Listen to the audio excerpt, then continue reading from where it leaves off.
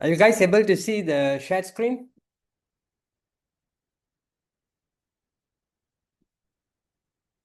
Okay, great.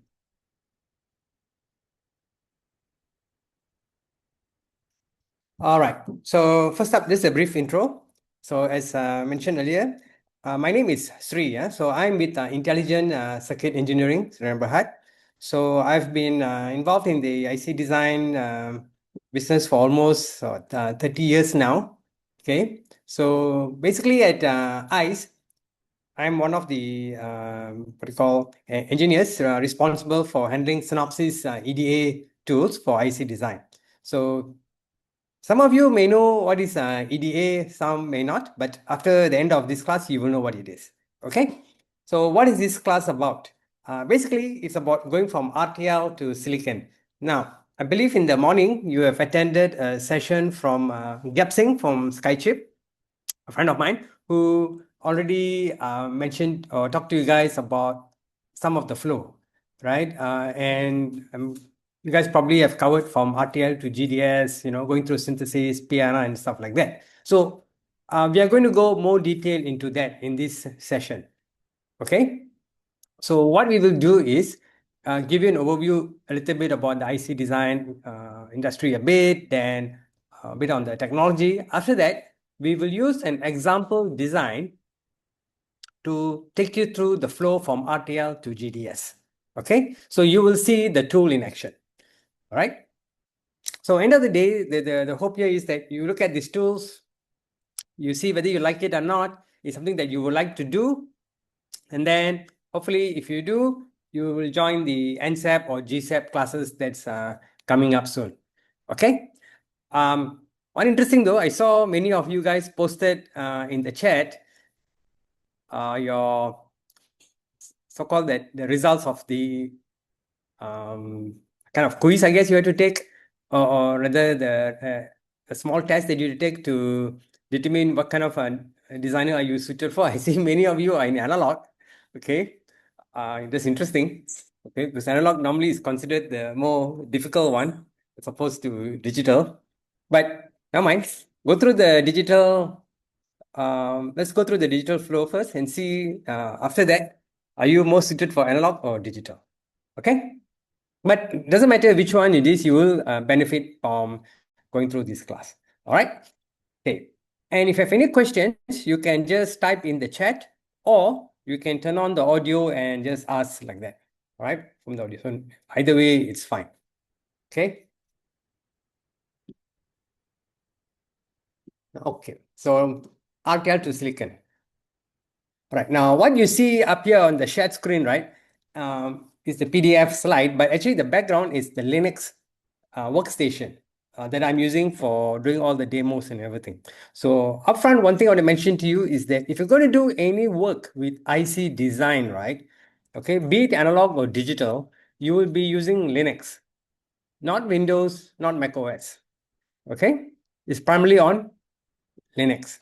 So the background in blue there that you see, that is a Linux desktop. And the desktop can vary depending on how you set it up and so on. But it kind of looks like your normal Windows laptop, but later you will see we will use a lot of command line operations because that's how IC design actually is done. Okay. Right. So of course, for this class here, there's no prerequisite, or everyone is welcome to join. But if you're going to come for any of the NSEP or GSEP programs, right, it's good to have this few prerequisites. That is good fundamentals of digital logic. You know your AND gate, OR gate, flip-flops, setup time, hold time. If someone mentions the FIFO, you know what it is. Okay. Semiconductors, especially how transistors operate. Okay. You know your IV curve for your MOS transistors. Okay. The ID current flow, right? The threshold voltage stuff and so on for semiconductors. Now, for digital, you may not need to know much about semiconductors. That's fine. Okay. It's good to know, but you don't really have to know the detail, formulas and so on. But if you're doing analog, semiconductors here, this is a must. You have to know that, right? Okay. Another thing is, it's good to have some kind of basic programming background. Doesn't matter what language it is. Could be C, C++, Python. Okay, it's good to know any one. And also a scripting language. Most EDA tools today use Tickle. TCL is pronounced Tickle. Okay, it's a very common scripting language. Okay, good to know that. Or even Perl or Python. All right. Now, apart from that, you also should have some background in computer architecture. Okay, that means you know what is a bus, an arbiter. Okay, you know what's a CPU from a GPU, what's the difference between them. Different types of memories that you have, cache memory, level 1, level 2, you know your RAM from your ROMs, and so on. So having those information will really, really help you get through the class. Okay, you can make better use of the class then. Now, what happens if you don't have any one or all of this, right? Not to worry. You can learn this up quite easily. Okay? You don't have to know great details about it. You know, the mathematics behind it is not really necessary unless maybe you're doing analog. But for the rest, for digital, you don't have to know the basic underlying maths for it. Okay? You just need to know some, to a certain extent, some level of detail about the operations of all of this stuff. Okay? So normally what we will do is for the NSEP training, right? Before you join, we will give you some links and stuff for you to practice. Okay, so if you don't have the information, not to worry, we will give you the material upfront. Go study it before you come for the class. All right? Okay. Okay. So, simple question here. Do you guys recognize what is this circuit? Okay, so this F1 and F2 are flip-flops, specifically D flip-flops. The circle here represents combo logic, right? So the question is asking, what is the minimum clock period can this circuit operate at? Okay, so given there are some of the specifications, right? Can you guys let me know the answer? You can type in the chat. Don't ask AI and don't go and screen cap this and post in chat GPT and ask. That's not the purpose or not the point here. If it's wrong, it's okay. All right.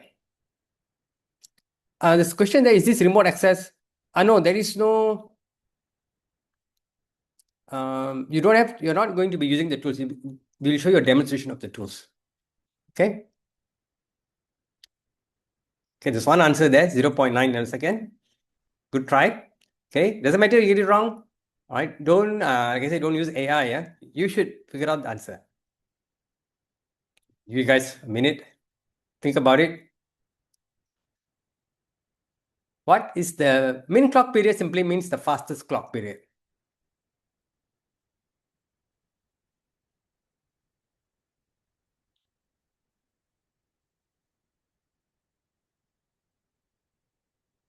Okay, wow, there's 0.5 plus 0.5 plus 0.6 plus 0.3, 6.9.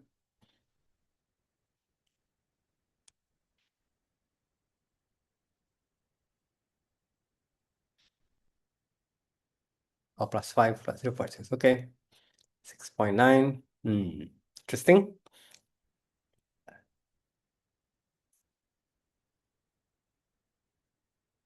Okay, so Tan, basically what you did was you took all the numbers on the screen and add them up together.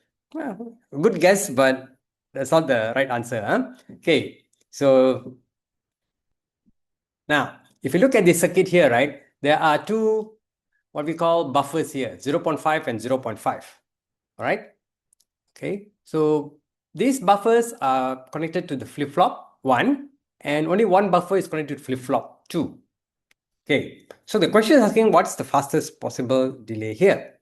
Okay, the combo logic incurs 5 nanosecond delay, right? And what we are given here is the flip-flop setup time is 0.6, flip-flop 2 setup time is 0.3. So now, if you know your digital logic, you know that setup check is done at the capture end.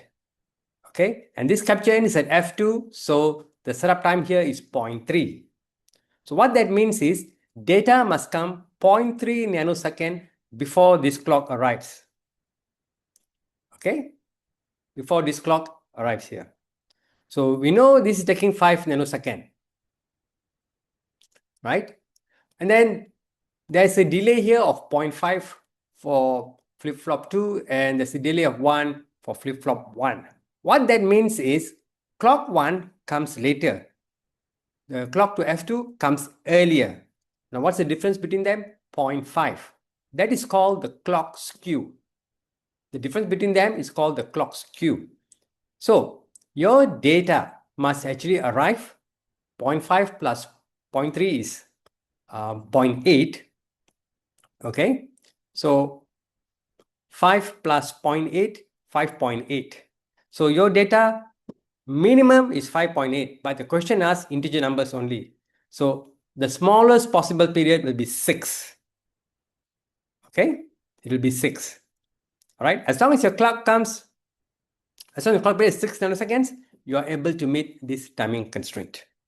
Okay, all right. Now, the purpose of this slide is not to show you or for you to understand how this thing is done, but just illustrate to you what we do in digital logic design. Okay, this is part of digital logic design. Okay, you're going to have to figure out all these numbers. Now, if you had guessed the answer to be 6 using the numbers I given earlier, okay, good. You know what it is. Now, if you did not get the number, again, do not worry. Okay, go back, study your digital logic, and come to the NSEP class. We will teach you how to do this calculation in detail. Okay, so there is more to setup time, hold time than what you learn in class. Okay, all right, so we will cover all this in great detail in the NSEP classes, because there you look at variations of all these delays here. These two buffers that you see here, the 0.5 and 0.5 nanosecond delay, those are what we call clock tree buffers. Okay, they are put there for a reason, to speed up the clock, but they cause problems for our design. They can slow down one part of the design, speed up another part of the design. Okay, so these are the kind of things that you will need to analyze when you're doing IC design. Okay, you will check and see, okay, what impact does this have on just this tiny circuit here? Because if this part here is not able to meet its timing requirement, okay, the entire chip cannot be fabricated. All right, so that is why we go into great detail about this kind of analysis when we do chip design. Okay, so that's kind of give an idea what kind of work is involved in chip design. All right, that's just the intro only. So the objective of this class, right, is basically to show you how a chip design flow looks like with actual software demonstration. Okay, and then we will show how these EDA tools that we use, right, how are they actually used to design the chip? What is verification? What is synthesis? What is PNR? That should give you an early idea of what area maybe that you would like to work on. Because, some people love programming. So for those guys, RTL design will be good. Others like to analyze. For those, maybe doing verification or timing analysis be a better choice. Right? Others like to use GUI tools all the time. Maybe physical design is the way to go. Okay? So it kind of give you a rough idea where your interest may lie. Right? So this is what our intro is going to be about. Our agenda is going to be about some introduction. Then we look at designing a chip. We will look at the design flow. That's where the demo comes in. And then finally, why should you choose IC design as a career? Okay, some of the things that you need to have if you really want to be a good chip designer. Okay, so intro first. All right, you guys all know what a chip is. That's this little black box that you have in virtually any circuit board. Okay, so it is basically the brains behind any electronic systems, and pretty much any electronic device out there has this chip in it.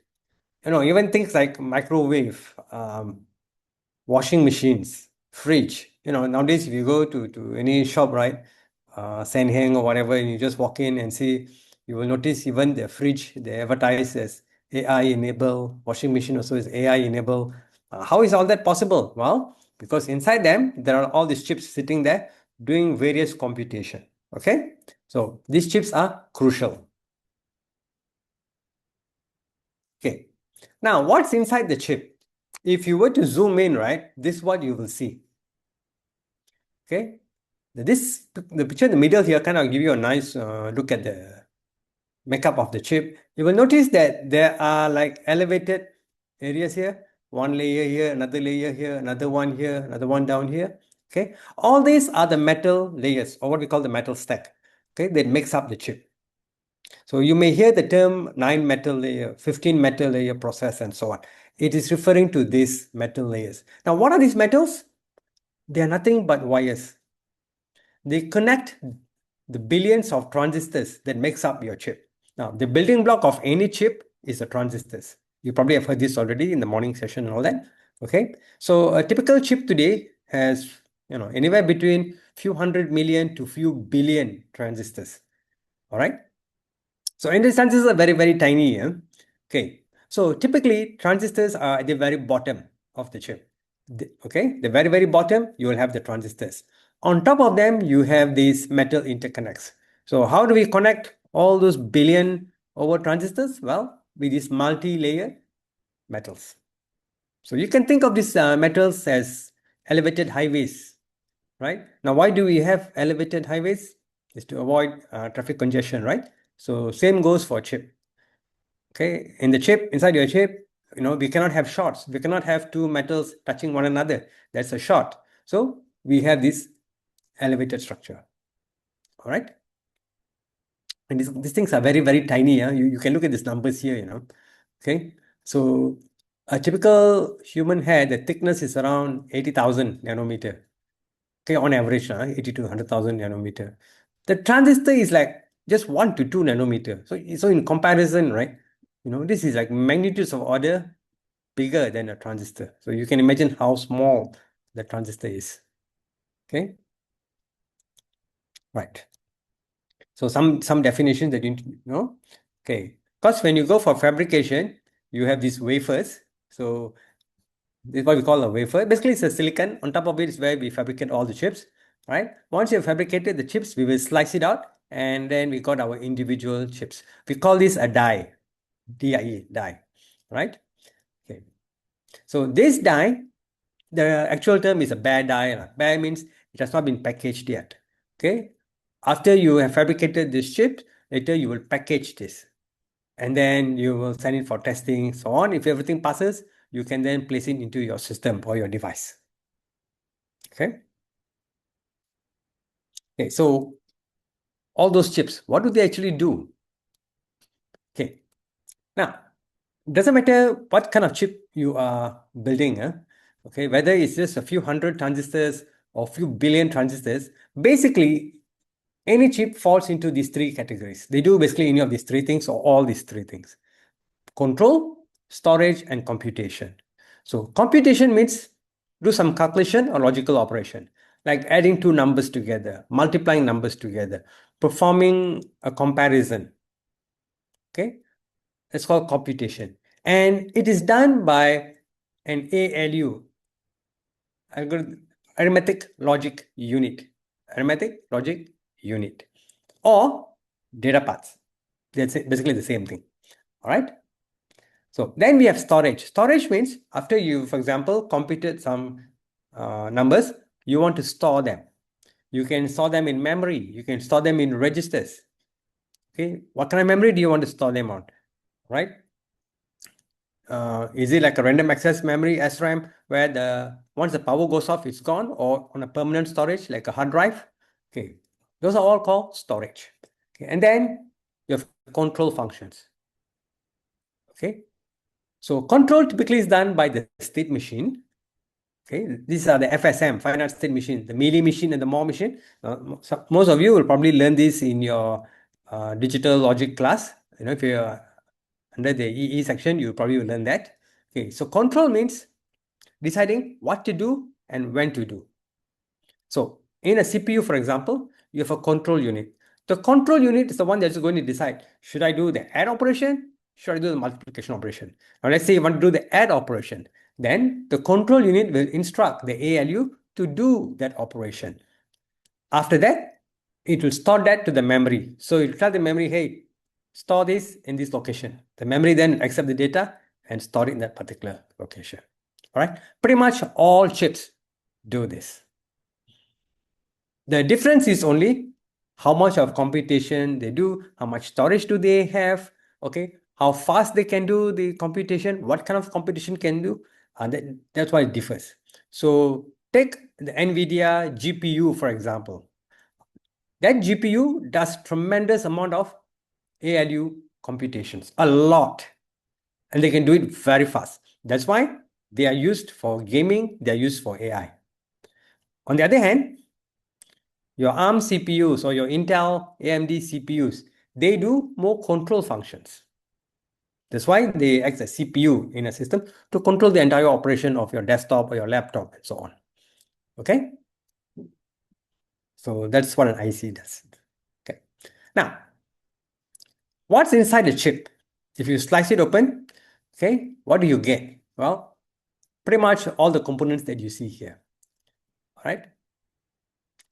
And the very inside is what is called the core logic. Now, we use the term core logic, doesn't mean it is purely digital. It could be a mixture of analog and digital. But basically, that is the main unit, the main block that does all the work. Okay. So inside the core, we will have things like your CPU, your GPU, okay, even your what we call your own custom logic that you have designed, maybe to perform encryption, some security function, or as a what you call accelerator to an AI engine. Okay, all that will sit inside the core. Also will include things like your analog IPs such as operation amplifiers, phase lock loop, okay, any kind of power control module. They are all part of the core. And one of it, of course, will be the memory. Okay, the memory. Now, what is the memory? Well, that could be your cache, could be your RAM, all right, or even EEPROMs, permanent storage. Okay, it's all part of your core here. Okay. Down here, for example, it says an IP. So what's an IP? IP is just a part of a block or even a full block that you buy from somebody else. You buy from some company. Okay. So for example, you need a particular computation unit for your AI application. Now you can design it yourself. Okay, but you will need the resources to do it.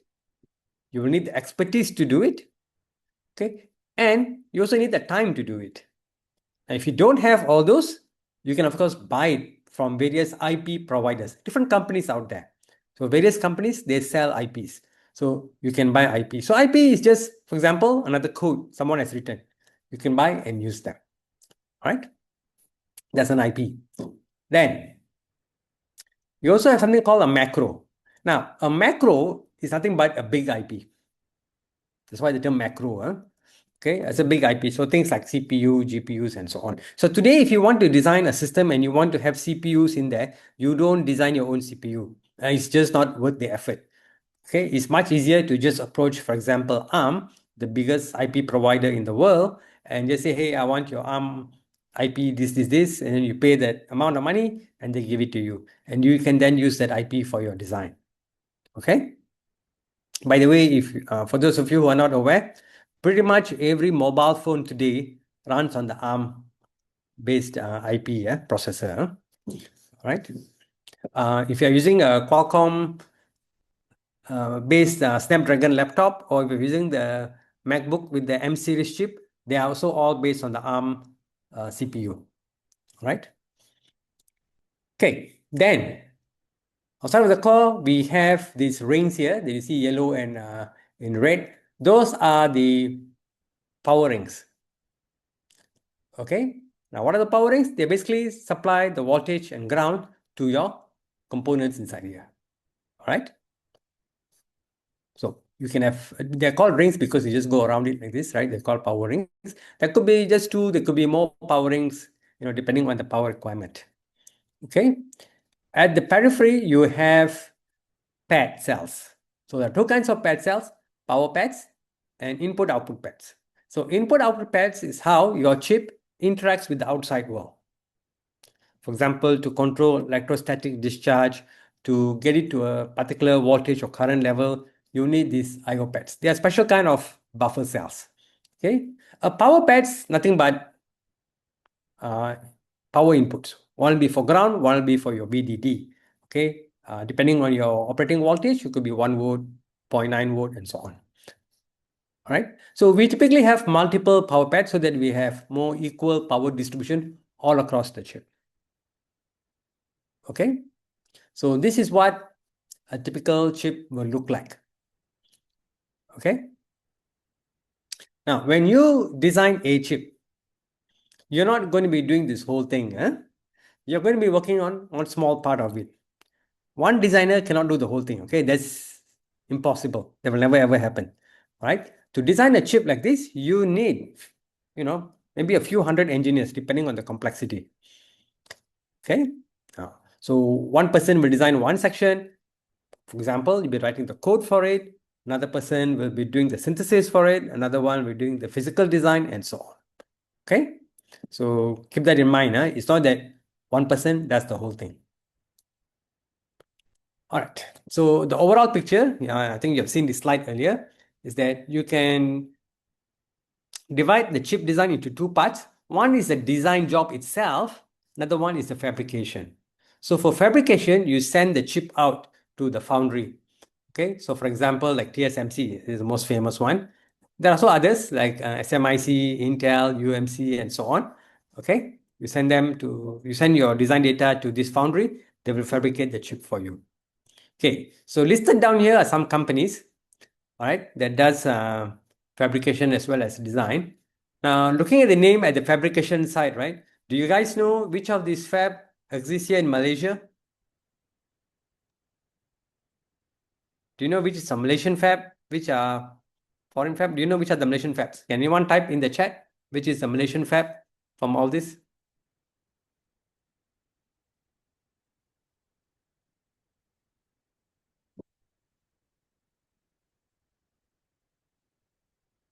Or have any of you ever heard of this name, or this is the first time you're seeing this name today?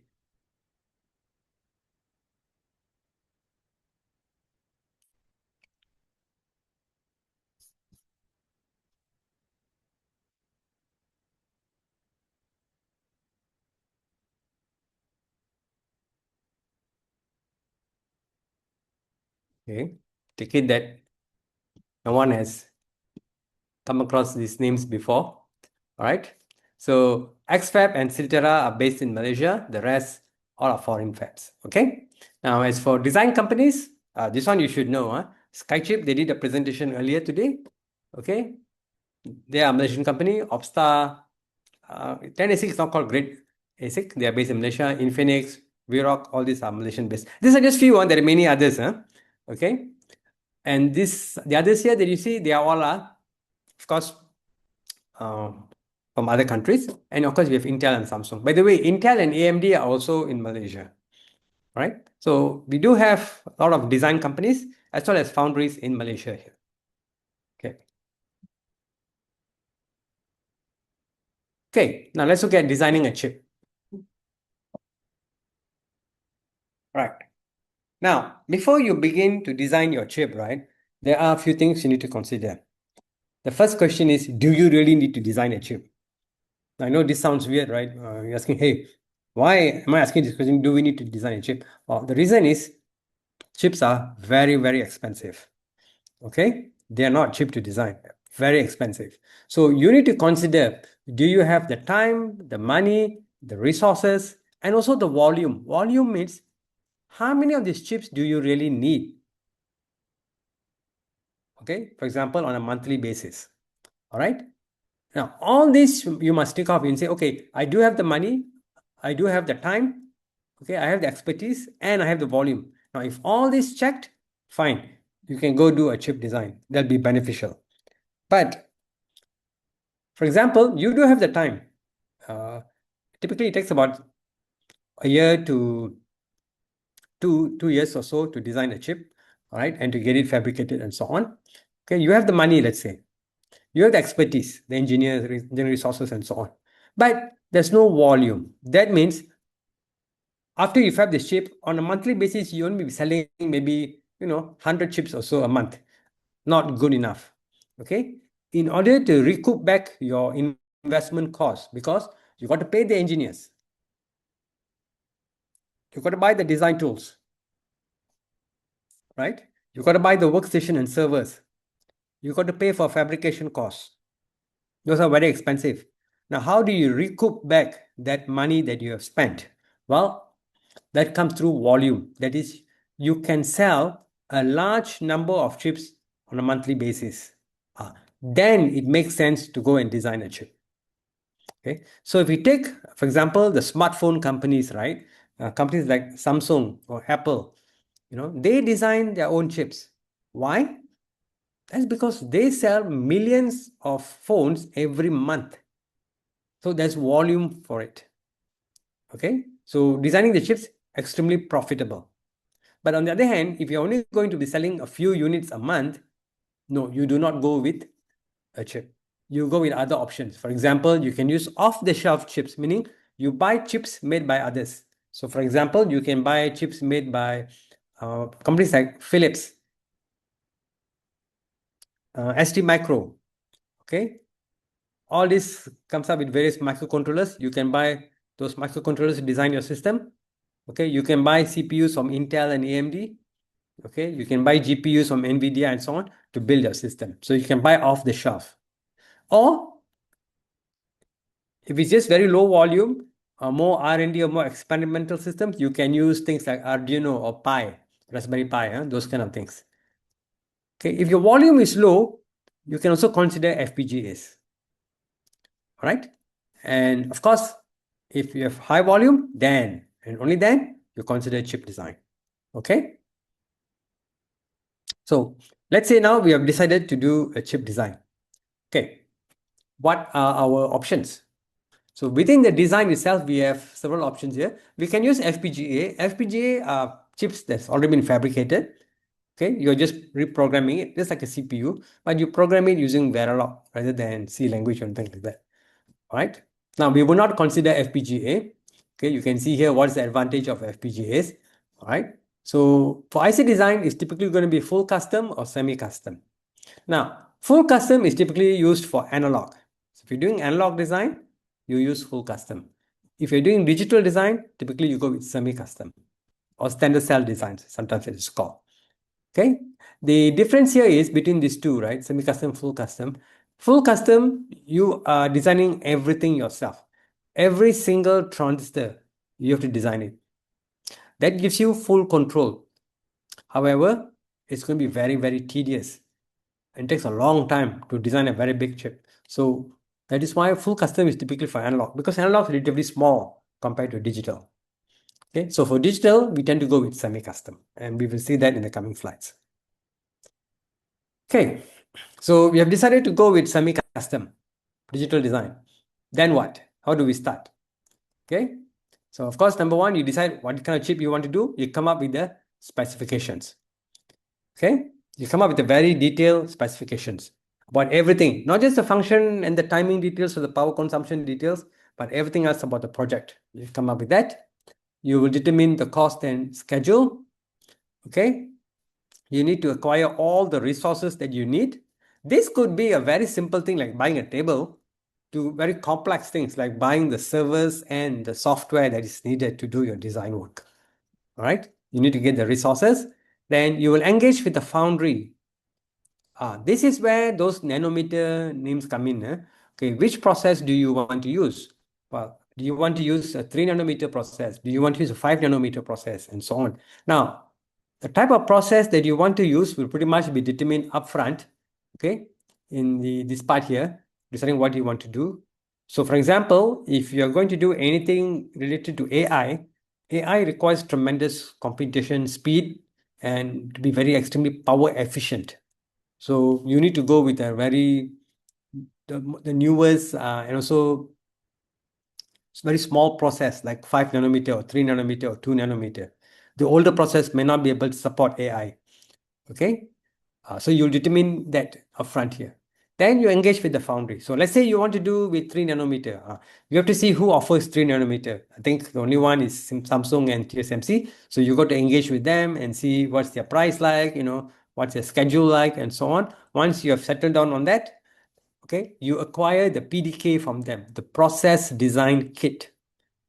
Okay, now what is this? We'll talk about it later. You got to get it from the foundry. You need this to do your design. Without this, you cannot start doing a design at all. Okay, so once you got this ready, after you sign all the agreements and everything, only then can you actually start the actual technical work. Now, by technical work, I mean they're actually doing the coding or running the software. Okay, that's when the project starts. All right. So many steps before you can actually begin the actual technical work. Okay, now for our class here today, we are going to be using this, the Mac. Have you guys heard of the Mac? Not the Apple computer, okay? The Mac here stands for multiply, accumulate.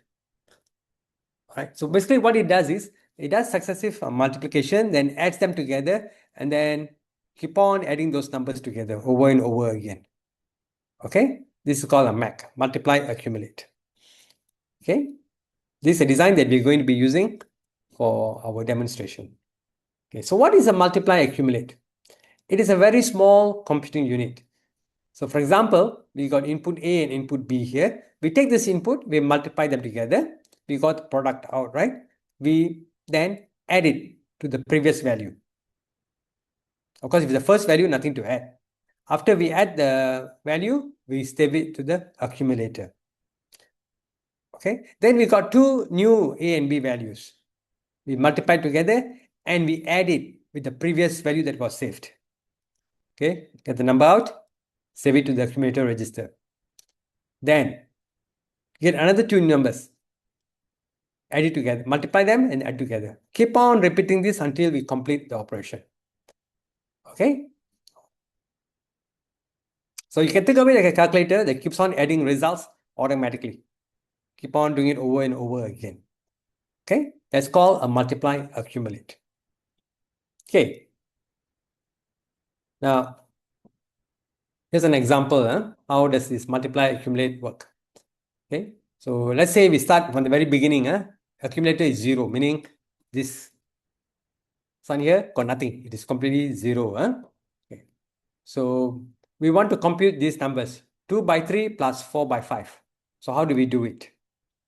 Okay, so in the first clock cycle, input A will be 2, that is this. Input B will be 3, that is this. Then we multiply them together, we get 6. Okay, so 6 plus 0, why 0? Well, this is the first number that you got. So nothing in the accumulator, it is 0. So the value will be 6.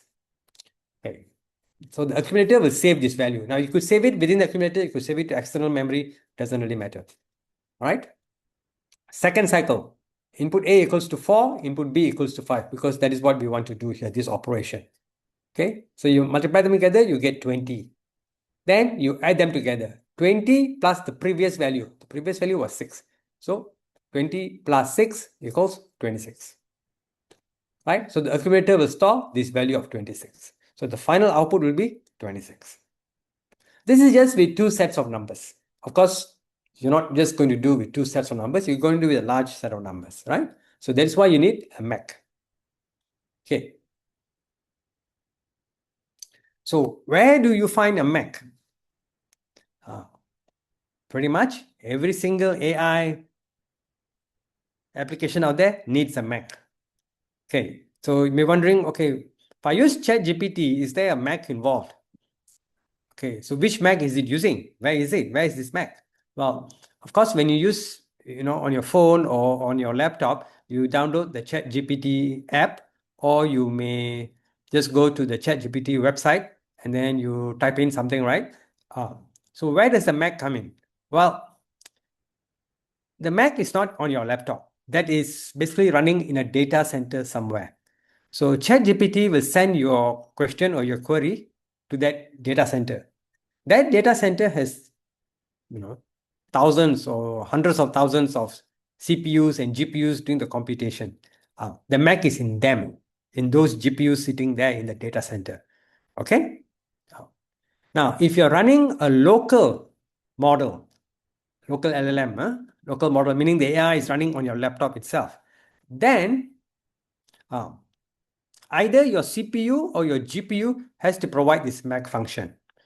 Okay, so if you don't have that Mac in your GPU, very unlikely, your GPU normally has it. But let's say your computer or your laptop is a pretty old one and doesn't have a GPU in there, it only has a CPU.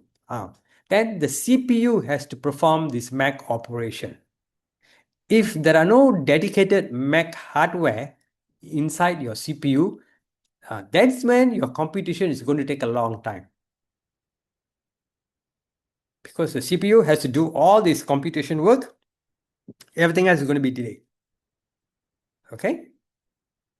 Right? It's just like you. If someone gives you a very heavy workload to do, you are busy with that, you can't do other work, right? So same thing goes with the CPU.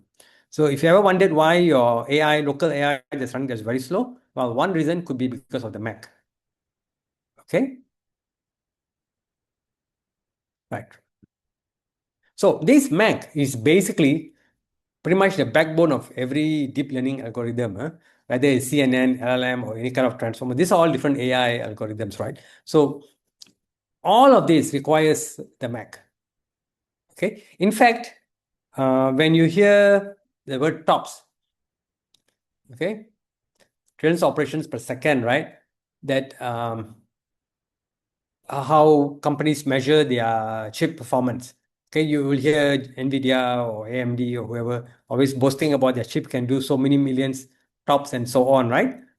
They're actually referring to the Mac operations. Okay, you can read about this in Google, right? Google is a very interesting website. They explain how the TOPS is computed, okay, even for their own AI chips and so on. Okay, so the Mac is crucial. All right. Okay. So where do you find this Mac being used in AI application, or how is it used? Well, there's something called the dot product. Okay. So for example, AI compute unit or a neuron, right? Okay. It will take a bunch of inputs, for example, like a picture or a text, right? And then it multiplies them by different weights. Okay. Now, what are these weights? These are weights are basically things that the AI knows. You can imagine that way, something that the AI knows, right? And we'll add them all together. Okay. So for example, okay, look at this. An AI is trying to guess if the image shown is one of a house. Okay. You can imagine this. You send, you take a photo of your house. You ask any of the AI assistant, hey, what is this? So what happens internally, right? So for example, we can say that the AI algorithm, right? It looks at three features. Actual algorithm is much more. This is just for explanation purpose. Okay. It looks at the three features. These are the inputs, and it multiplies them by a certain weight. The weight, right, represents how important they are in order to determine if it's a house or not. Okay. So for example, in case of input one, so let's say we can denote that by x1. Does it have a roof? Okay. Now you can say that's a value of 1 if it is yes. Okay. The importance of a roof, we can, let's say, give it a value of 3. Then second input, does it have a chimney? Okay. 0 if no. Okay, what's the weightage? Not that important, so we give it a weightage of 1. Okay, does it have a door? Must be 1 for a yes. Okay, how important is it? Let's give it an importance of a 2. So the output will be based on this equation, x1 multiplied by w1, x2 multiplied by w2, and so on. Okay, the final value that you get here, that is what's used to determine if this is a house or not, based on the inputs that's given. All right. Okay. So internally, that's how it works. All right. Now, as to these numbers, 3, 1, and 2, right? How do we get them? Well, that's how the image is trained. Oh, sorry, that's how the AI is trained. Okay. As it learns and learns and learns, it'll determine by itself what's the importance it needs to give to various properties like this. And from that, you can compute what it is. Okay. That's internal how it works. Now, remember, this is not a class on AI, so we don't really need to know the algorithm, how it really works. But just to give you an idea, okay? So if you look at this equation, right, what is this?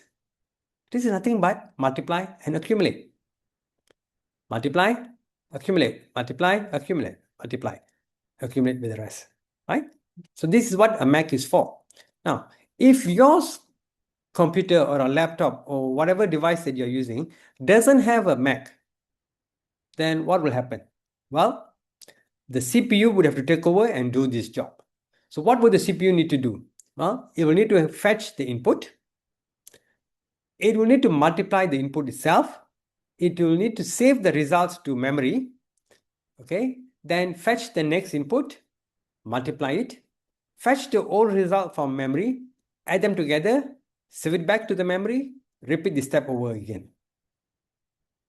Okay, so you got to keep on doing this over and over again. The CPU is busy doing that. So if the CPU is busy doing this computation, if you were to type anything, for example, on a keypad or a keyboard, the CPU cannot respond to it in time. It'll be very slow. Okay, so the Mac will pretty much take over this job and relieve the CPU from it, so the CPU can do other things.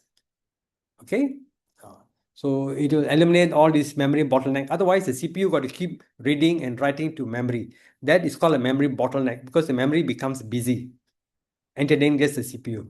But if the Mac is doing it, it doesn't need to always read and write to the CPU, sorry, to the memory. It can keep it within its own internal registers. Okay, so it's much faster. All right. Okay, that's a Mac. Right. So we're going to see how to design a small version of this Mac. Okay. So what you need to do to design a Mac, right? For the matter, any chip, you will describe the function. That's number one. Then you must verify your function is correct. You can write whatever you want. You can draw whatever circuit that you want. How do you know it's correct? You've got to verify it works. Okay. After that, you got to convert whatever you've written here to logic gates. If this is the code that you described, you got to return it to logic gates. From the gates, you need to go down to transistors. So we do two levels of conversion, from codes to gates, gates to transistors. Normally we don't call it transistor, we call it a layout. Right. After that, you still got to do tons of verification. Verify the function works, verify the timing works, verify the reliability of the chip, verify the power consumption of the chip, and many others. All right, we call that sign off. Sign off simply means that before we send the chip for fabrication, we want to make sure everything works as intended. All right. Finally, we tape out the design. Tape out simply means that we take all the necessary data that the foundry requires and we send it to them. Okay, that's called tape out. Okay, so how do we do all this? Well, that is where EDA comes in. Now, EDA stands for Electronics Design Automation. All right, now what is it? Nothing but a bunch of software. Okay, that is to help you, the engineer, to code your design, to draw your design, to verify, to analyze, and so on. All right, so do all this. Okay, understand that this software is very, very expensive. Okay, and it's not easy to use. It is quite complex. Okay, so this is not like your Microsoft Word or Office product that you have. Okay, now when you install an app on your phone, for example, you go to the App Store and then you download it, and you can just straight away click on the icon and start using it. Okay, the same thing goes on your laptop. You can, for example, download Microsoft Office, click on the Word icon, launch Microsoft Word, and start typing your document away. Okay, that is what we call out-of-the-box use. These EDA tools are not like that. You need to know a lot of background theory before you can use it. The tool itself has many different options, different configurations, different setup that is required before you can use it. The NSEP and GSEP class teaches that. Okay, how to set up these tools and how to use those tools. Okay. Now, in your university, in some universities, you may have learned how to use these tools. Okay. In some courses, they do cover this, but that's at a very surface level, very brief level. You want to know actual detail use with which you can actually do work with companies, you need to come to the NSEP class. Today, we will see some examples of this, okay? But if you really want to learn it, you have to come for the NSEP or GSEP class, okay? By the way, you can't afford to buy these tools. It is in tens of millions of dollars, okay? So this is where companies like ASEM come into the picture. They buy on your behalf and let you use that software, okay, for free to learn it, to learn how to use it, and then go out to work in the industry. So you're not going to get a better opportunity than this, okay? Right. Now, when we talk about design, right, with these EDA tools, we are looking at three things. PPA. Now, PPA stands for Power Performance Area. That is, we want to design a chip that consumes the least amount of power, that runs as fast as possible, that's performance, and then it's as small as possible. Okay, those are our goals. Unfortunately, though, all these three are mutually exclusive. So, for example, if you want to consume power, you got to sacrifice on the speed. Your transistors need to be slower. Okay? And if you want a fast circuit or a fast design, you also got to sacrifice on area. Bigger the transistor, higher the drive, faster the transistor it is. Faster for performance. Okay? So these things are mutually exclusive. So as part of the design process, you will have to consider, okay, what's my power consumption for my chip? What's the performance? What's the area? Is this acceptable or not? That's where the tool comes in, right? You try various different configurations, different settings to get a circuit that's able to meet all of your requirements. Okay? Right. Then, when it comes to design rules, right? When getting the design job done, there are two things you got to know. First is, when you're doing a chip design, you must get it right the first time. There is no second chance. Okay? What that means is, when you tap out your chip, you better make sure it works. If the chip fails, it doesn't work. That's it. Pretty much the company has to close shop. Okay? If it's a big company like Intel, they don't close shop, they will close that division. Okay? And pretty much you lose your job. Okay? So you got to get it right first time itself. No room for error. And you got to get it right on time. You can't take your own sweet time to do a design. You can't say, oh, let me do this in 3 years, in 5 years. No such thing. Okay? You must get your chip out in time so that your customer can actually put the chip into their device and sell it in time. Okay? Before their competitors come out with a product. All right? So you have seen this with the handphone. You know, every January, February timeframe, Samsung, for example, will come up with their new phone. Every September, October, Apple will come up with a new phone. They do this every time because that's the market that they're aiming for, right? So if they would delay, they lose out a lot. We're talking about billions of dollars of loss. Okay. Now, what could that mean? That division could be closed down, right? And so on. So getting it right on time, getting it right first time is crucial for chip design. Okay. All right. Now, when we do chip design, we need to talk about levels of abstraction. We try to design from a very high level of abstraction.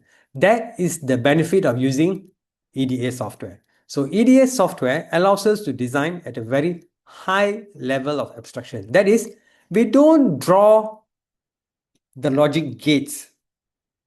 You don't draw your AND gate, your OR gate, and so on to form a circuit. We write the code for it. Why? It's a very high level of abstraction.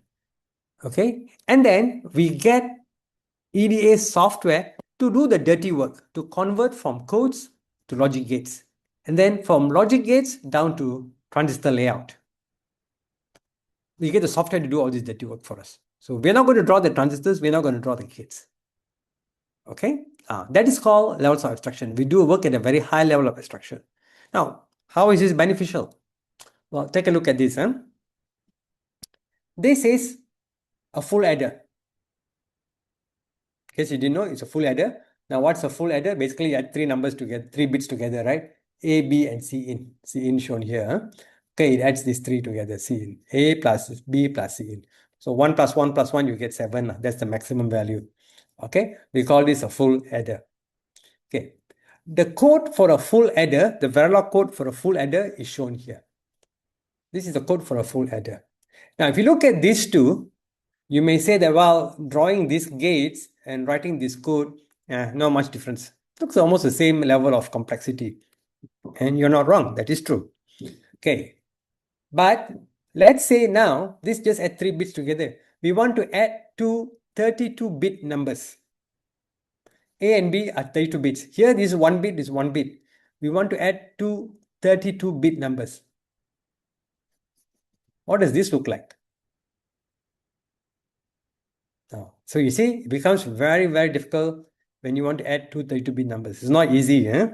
Okay, you got to do a lot of wirings between them to take into account the carry especially, right? But if you look at our Verilog code, this is a Verilog code, by the way. Okay, if you look at it, it's pretty simple. You just change up here. This is 112. You change to 32, 32, 33. And in case you're wondering why 33, if you add two 32 bits numbers together, the biggest value you will get is 33 bits. Okay. So just that, you just change these three lines, it becomes a 32-bit adder. This is what I mean by levels of abstraction, a high level of abstraction, so that small changes can have a drastic impact. Okay, easy for us to make the changes. All right. So that is why we try to design at a very high level of abstraction. Okay. Okay, now let's look at the design flow itself. Okay, so what is a design flow? Now, a design flow basically means that, okay, our chip design task, right? We divide it to many, many small tasks. Okay, we split the task into small tasks. We call it levels here, for example, level 1, level 2, level 3. So we finish one level, then we do some checking before we go to the next level. So for example, we are drawing something or writing some code, for example. Okay, so once we have finished doing this, we check whether what we did here is correct or not. If it is correct, we move on to the next level. Okay. On the other hand, if this one fails, we don't go to the next level. We fix that problem.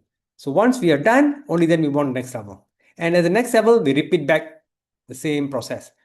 We do the work, check the design. Do the work, check the design. Do the work, check the design. Okay, until finally your design is completed. Okay, this is called a design flow. Okay, right. Now, to do digital design, we rely on the standard cell library. Okay, now what's a standard cell library? It's just a collection of logic gates. Things like your basic AND, NAND, NOR, okay, flip-flops, latches, so on. Okay, all this has been designed for us from the foundry. We use this to build our design. So a foundry will typically give you a library of these gates, few hundred of these cells with different drive strength, different power capability, different speed capabilities, and so on. We will use this to build the design. When I say we will use, it's not you draw the circuit, it's the software will use these logic gates that you see here to build your circuit from your code description. Okay, you wrote this code. How to get the gates? The software will do it for you. So where do these gates come from? This standard cell library. Okay.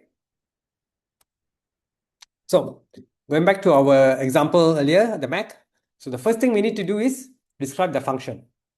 So to describe the function, we use a language called Verilog. That's the most popular language. There are others, for example, VHDL and so on, but the most popular one is Verilog, and a close cousin of the Verilog is a system Verilog language. These two go hand in hand. Okay, but they are all for digital only. You can't use it for analog. Okay, so you describe what your chip is supposed to do.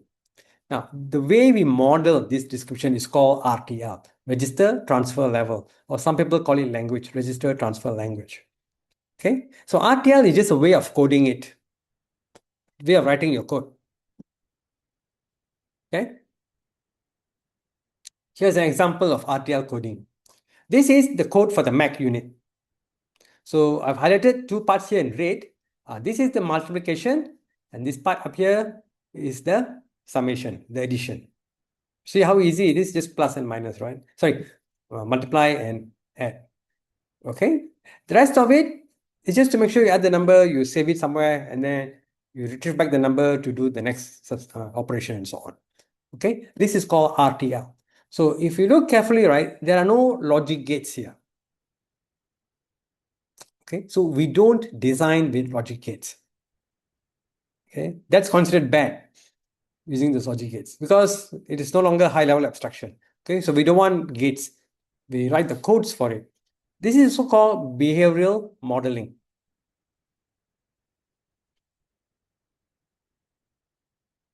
Okay, now we have written the code. The next step, of course, is to make sure it works. That is where verification comes in. Okay, so the first thing we'll do is RTL verification or RTL simulation. This is the first time that you will use the EDA tools. Okay, so you will take your RTL design, and together with it, you also need a test bench. You need to write the test for it. Okay, these two components, you will send it to the simulator, and the simulator will tell you what is the output going to look like. So you, the designer or the verification engineer, will sit there, look at all this waveform, and check to see whether the function is correct or not. If it is correct, great, you can move on to the next stage. If there's a problem or a bug in the design, you will let the RTL engineer know, they will go fix their code. Okay, that is verification. Okay, so this is an example of a test bench.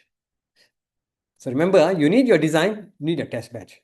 In most companies, this job of writing the design and the test bench is not done by the same person. It's done by two different person. Okay, this is done by the design team, and the test bench will be done by the verification team. Okay, so if you look at this design here, this is a test bench, right? Okay, you can see some constructs. For example, here we are modeling a clock for our design. Okay, we are modeling the inputs to our design and so on. Now, if you are familiar with doing work with PCB circuit boards or with breadboards or with Arduino or with Raspberry Pi, right? Typically, how do you test your Raspberry Pi is you hook it up to a signal generator, you hook up the outputs to an oscilloscope, you have power supplies coming in and so on, and then you have LEDs, you have switches and things like that, right? Then only you see whether your design works or not. Same concept for a test bench. Here, for example, is the clock. Basically, this is like connecting the clock input to a signal generator. Same thing here, we are connecting to a signal generator, but this is not a clock, these are basically like switches. Okay? Right? Here we check the output. This is like hooking up to an oscilloscope and looking at the output. Okay? So same thing like what we do for an actual system, but now we are modeling everything in software. We call this a test bench. Okay. So some designs are more complicated. Some designs are pretty simple. This, for example, is a switch. Okay. The line here is not very clear, right? But imagine this is a switch where these are all input ports, these are output ports. So data coming in at one input port here can go to any output port here. So when it becomes very complex operations like this, where you've got multiple inputs, multiple outputs, and the input can go to any output, and inputs all can come at the same time, they all may want to go to the same port, and so on, right? Your design is very complex. How do we verify such a design? Well, your standard Verilog is not good enough. So we need the help of another language called System Verilog. So System Verilog is a superset of Verilog, okay, that is specifically for verification. Okay, so System Verilog introduces this thing called constrained random testing, okay, whereby it can introduce random samples into the design. It can do what you call randomized testing. constraint-based randomized testing. Okay, it has classes, it has objects and things like that. That makes testing much more efficient, much more scalable. So, for example, whether you're verifying a design with 10,000 equivalent gates or a billion gates, yeah, you can use system Verilog for that. UVM is just Verilog, system Verilog codes that have been pre-written that you can use to further enhance your testing, to make your testing much more efficient, much more scalable, reusable, and so on. Okay, so UVM is not a language, it's just based on system Verilog. Okay, it's basically a test methodology, right? So this is an example of a system Verilog test bench. It's far more complicated than normal test bench. So here we have our design. We call it DUT or DUT, design under test. Okay, and then we have various components of our test bench. Now, this is what we call a smart test bench. A smart test bench is one where the test bench itself can supply inputs to your design, can monitor the output from the design, can check whether this output match our expected value or not, update a scoreboard to tell whether test pass or fails, and if necessary, generate more tests. Okay, stimulus to test the parts of the design which have not been verified yet. Okay, so this is a complex test environment, but one that is reusable, one that is scalable. So if you set up the environment one time, right, you can reuse this environment over and over again for different designs. So that is why companies love this. Do one time, then you can reuse it over again. Yes, the initial creation of this test bench, it takes quite a bit of an effort, but once that is done, that's it. Subsequently, you don't need to modify that. You just have to change your design here and maybe do a little bit of changes to the generator block. Everything else remains the same. Okay. All right. Now, in addition to RTL simulation or RTL verification, there are other forms of verification as well. Okay. So, for example, we have this what we call emulation and prototyping. That's what you see here. This is an FPGA prototyping device. This is an emulation device. This is called ZeBu. This is called HAPS. Okay, they're both from Synopsys. Okay, what are they used for? Well, to aid your functional verification. Now, why do you need this? Okay, for two separate reasons. Okay, remember your simulator is just a piece of software, right? But sometimes when you need to verify something, you need, for example, your new chip design. You're doing a new CPU. You wanted to boot up an operating system. That's very, very complex. Can your simulator do it? It can, but it's going to be very, very slow to run. Okay, to speed up the simulation, we can use these emulators. So these emulators help us to speed up the simulation tremendously so that you can do very complex verification. Okay, these things are not cheap. They're like upwards of $1 million each.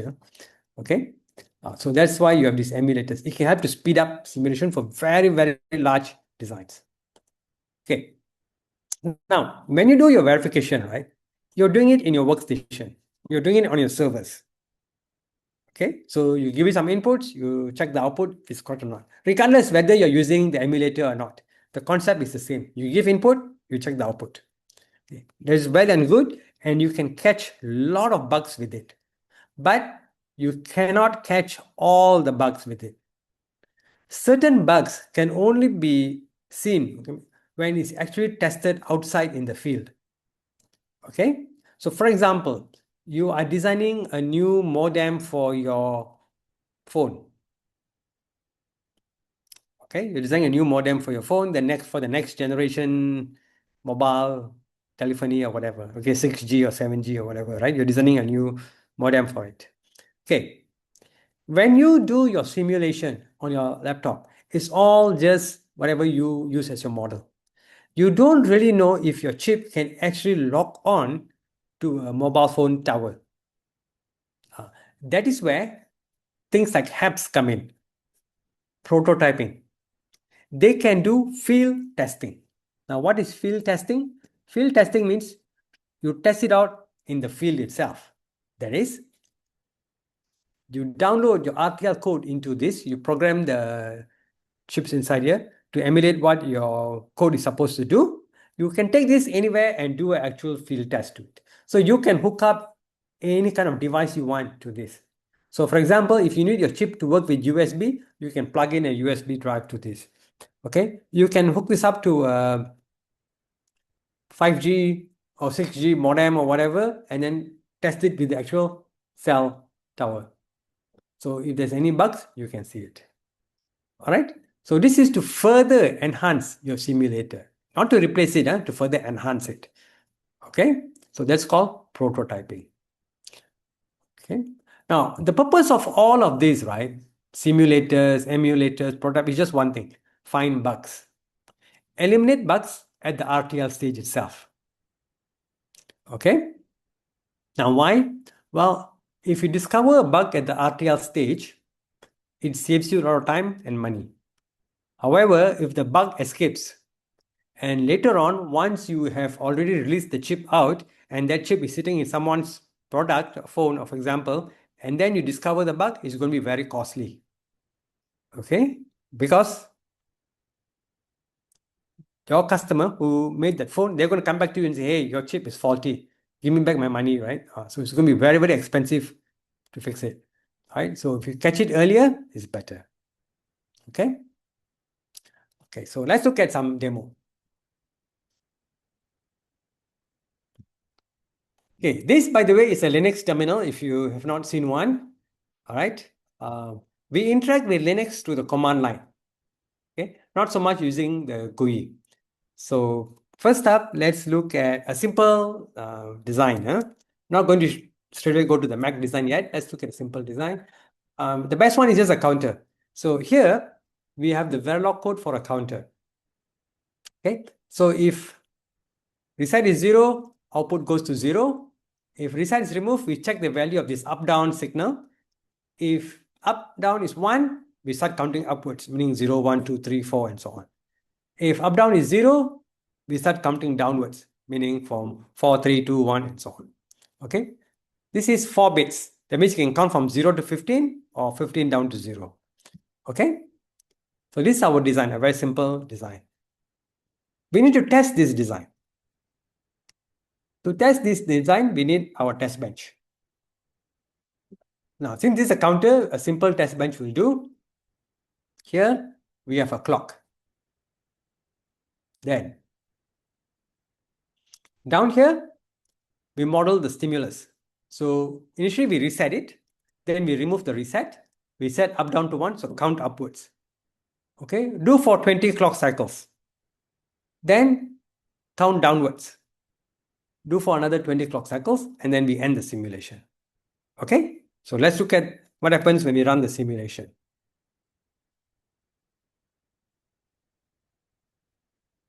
So here, we're compiling the design and bringing up the simulator, right?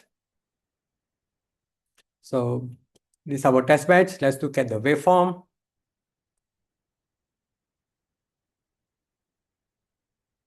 Separate this a bit. Make the window a bit bigger. Okay. And add in the signals that we want to view. We just want to see these 4 will do. Okay. And then let's run the simulation. Okay. So we got our results here. Now, this is a live run. I'm not showing any recorded one. This is actually running the simulation. Of course, the design is very, very small. So it runs very fast. Okay. So let's change the radix to decimal so that's easier to see. Okay, so let's see how this one works. So initially reset is 0, so output is 0. Then here reset goes up, then reset is removed. So basically starting from this first edge here, the counter starts counting 1, 2, all the way up to 15. Okay, good. It does up to 15. Then it goes back to 0. So it's a 4-bit counter, right? So after 15, 15 is 1, 1, 1, 1. If you plus with 1, it becomes 0, 0, 0, 0, 1. The last bit is removed, so you only got 0 again. So it starts counting again. Right. Okay. Now, what about up down? Up down goes from 1 to 0 at this point. So instead of going up, so you see here 0, 1, 2, 3, 4, it becomes 4, 3, 2, 1, 0, 15, 14. It starts counting downwards. Okay, as expected. All right. So the job of the verification engineer is to sit there, look at all this and say, okay, is this behavior is what I want from my design? If it is correct, job done. Okay, for our case, this is a very simple circuit. So it is correct. All right.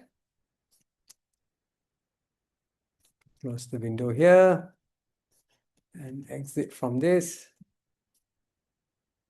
Okay, now let's look at our Mac design. For that, we have to go to a different directory.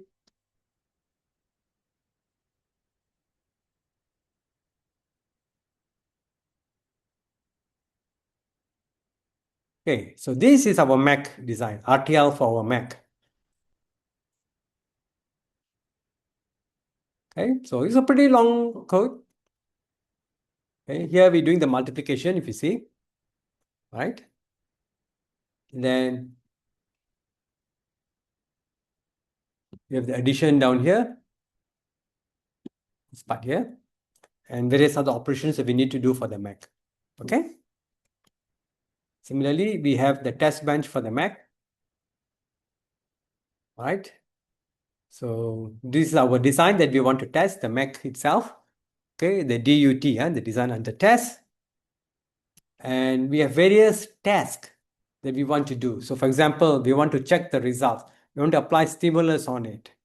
Okay. So in the first case here, we test a single number. 3 multiplied by 4, we should get a 12. So we do 3 by 4. Then we do this operation. So we check and see what value we should get. So we should clear the accumulator, save the design in the accumulator, and so on. Okay? So you can see here the whole set of code. Now, again, the purpose of this class is not to teach you Verilog. You want to learn Verilog, come for the NSEP class. Okay. Right. Now, one thing is interesting is that you also must check if when the design is bad, when the design doesn't work, to see whether the test bench actually can capture errors or not. But in our case, let's run the simulation. Okay. So let's see how this simulator works. Again, it's pretty fast, right? So let's get the output. So you see here, it will tell you multiplying 3 by 4. Okay, and 3 by 4 by 5 plus 6 plus 7.8, what do you get? Okay, 48, 42, 98, and so on. Accumulator is 0. Okay, and then so on. All right. And finally, it will tell you all tests passed. Okay, all this is coming from your test bench. Okay, so when you do a design like a Mac, right, no point looking at the waveform. The waveform will not tell you anything. It is very difficult to interpret from the waveform if something is right or wrong. Okay, so we want to write smart test benches like this. Okay, so looking at this, we can tell, okay, for this stimulus, the test passes. But we also have a design, okay, where we purposely have introduced an error just to show you what happens. Okay, and we run with the code that is wrong. All right, 3 multiplied by 4, you got negative 12. So what happened here? Okay, we basically changed the, what you call, instead of putting an add, we put a subtraction. Okay, so you get negative values. So you can see here, it says that test 1 failed, test 2 failed, test 3 pass, clearing the accumulator. Of course, clearing the accumulator doesn't depend on the value of the addition or multiplication. So of course, it will pass. Okay, but the rest of it all fail. All right. And during the ideal cycle, okay, it passes. Okay, so what we can tell from these results, right, is for our design, there's an error at the beginning, but not all parts of a design has an error. So the ideal cycle, it passes. Clearing of the accumulator, it passes. Okay. However, we know that test 1 fails. So the reason why rest of the operation fail is probably because of test 1. So we know already, okay, we got to look at what's happening with test 1 and look at the logic at that point, the addition. or subtraction or the multiplication, since something there is not right. Okay, then we can fix it ready. So this is how we normally will do verification. Okay, this one, since it's a small design, we do everything in Verilog. Okay, for other designs, when the design is much more bigger, much more complicated, right? We can use system Verilog. Here, for example, is the design written in, a test bench written in system Verilog. This is for a much bigger router design. Okay, you will notice the code is somewhat different. For those of you who are familiar with C++, you will notice that these are similar to C++, because like in C++, we have class and objects. Okay. All right. So you can have classes, okay, external function classes, and so on. All right.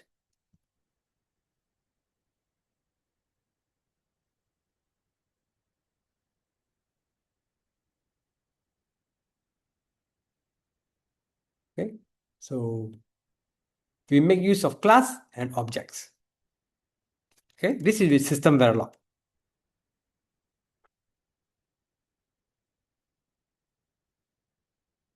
Okay. So again, you can run the simulation. So here we got a lot more tests. Now, of course, I'm only running this one small design in my system here, so it is pretty fast to complete the job. Okay. So we also can run a simulation where we have errors in our design. So you see here, it returns a function saying error payload content mismatch. Okay. So some passes, some fails. Right. Okay. So you need to have something like this. If you're going to do verification, you need to learn this. Okay. So for example, you need to know about system Verilog, you need to know about Verilog, you need to be able to know your design well, and then write smart test benches like this. Okay, to write this test bench, right, you can use Verilog or system Verilog. System Verilog is more difficult to learn. Not going to deny that it's much more difficult to learn, but once you know how to use it, it's very, very powerful. Because like C++, right, it has the concept of class and objects, which are really, really useful to do very high level verification. Okay, that's verification. All right. So if you like programming, verification is for you. Okay. So back to our lecture here. So we have done with verification. We know our code is good. Now we got to convert the code into logic gates. Right? And that process is called synthesis or logic synthesis. Okay. To do logic synthesis, right, you need a few things. You need your PDK from the foundry. These are your standard cells. Because how is the synthesis tool going to convert this into logic gates? Well, based on the gates that's available from the foundry. You can think of this as a Lego building block. And this is your instruction. Okay, so using this instruction, using these building blocks, you come up with your final design. Okay, now not just any design. This design has to meet your design constraints. Now, what are these design constraints? That's your PPA target. Small, fast, power efficient. We want this. Okay, so you, the designer, based on your design spec, will have to come up with this constraint. For example, you will specify the clock period. You will specify the size. You will tell the limits for the leakage power consumption, for the dynamic power consumption. Okay, you will tell what's the max capacitance is allowed on the design, and so on. So you will write something like this. This is the constraint file. Okay, you will do this. And then you send it to the synthesis tool together with your design and your library, your PDK. Okay, and the tool will output a netlist for you. A netlist means now you have a schematic. Okay. So you have to drive this optimization step. Now, for those of you who are in year 4, you probably have gone, especially from electronic engineering background, you probably have learned about Carnot maps, De Morgan's theorem. Okay. You have also learned about FSM minimization, binary encoding versus gray encoding versus one-hot encoding. Okay. Product of sum of product. All right. All those are optimization mechanisms. So this synthesis tool, DC is design compiler. That's the name of the synopsis. Okay, that's going to do the synthesis test. Does all this optimization I just mentioned, and much more. Okay, so you don't have to worry about drawing this. The tool does it for you. Okay, so here is an example. Right, we have an adder circuit here. Very simple design. Out gets in1 plus in2. Depending on your design constraint, if you say, hey, I want a fast circuit, you will get something like this. You see this tiny one here? Those are logic gates. This one is a small circuit. So if you look at these two, notice here, the data will go from here all the way. So this is slow, but small. This one is much more parallel. It's fast, but big. So there's a trade-off involved. Which one do you want? You want a fast circuit or a small circuit? Okay. If you want any different other options, you change your design constraint. Right? So you can explore various architectures of your design. Okay. That is what logic synthesis is for. Okay. All right. Now, after you've done synthesis, you got your netlist. You still have to verify your netlist works. Okay. So normally what we will do is we will take the netlist, go and run simulation one more time. That's good, but it's a bit tedious. Okay. Gate level simulation is very slow. So rather than running gate level simulation alone, we will do something called formal verification. Okay. Formal verification is a class of verification under the static verification category. Okay. So what we do here is we know RTL works correctly. We have verified this. It's perfect. We take this RTL and we take our netlist, send it to this formal verification equivalence checker.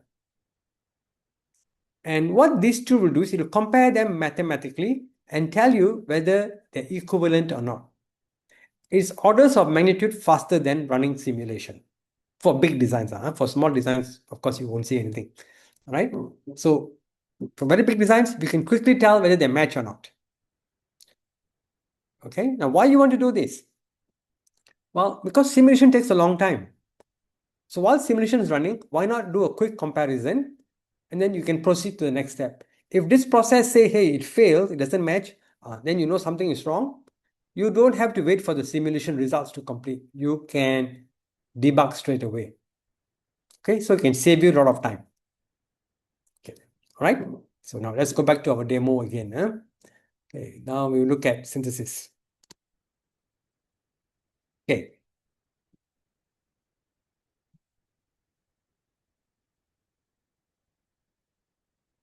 So we're going to be using the same design as the counter one earlier. So this is our counter design. We're going to synthesize this and see what does it look like. Okay.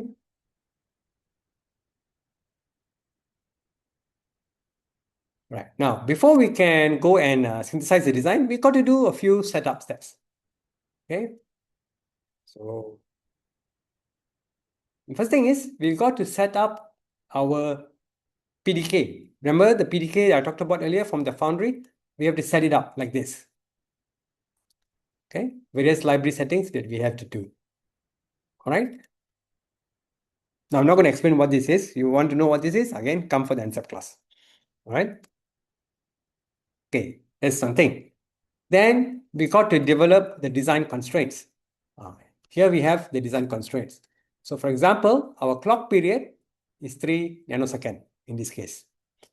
Okay, and then we have various constraints for the clock. So for example, we have the clock, what we call the source latency, the network latencies, the clock transition time, input output delay for our ports. All right. different clocks. Design has two different clocks, then different values and so on. Okay. What is the driving cell? What is the load cell? What is the operating condition that we're going to use, and so on. These are all called design constraints.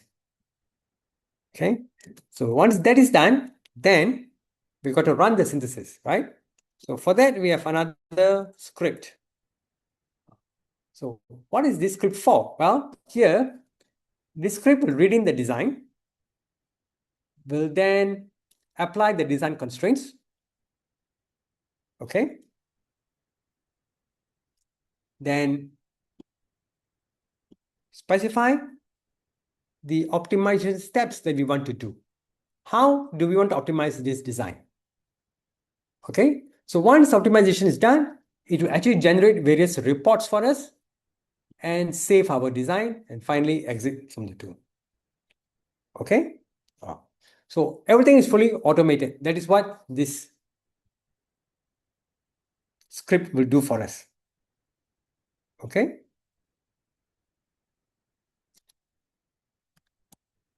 Right.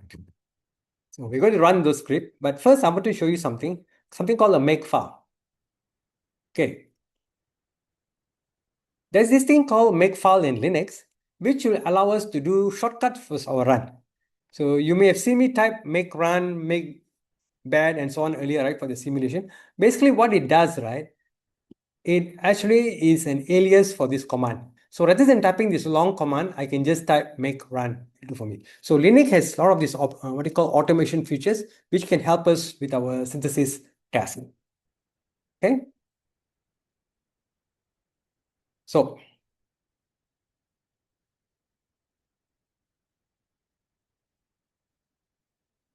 that's our source design. So let's try to optimize this design first. Okay, so let's start with the GUI.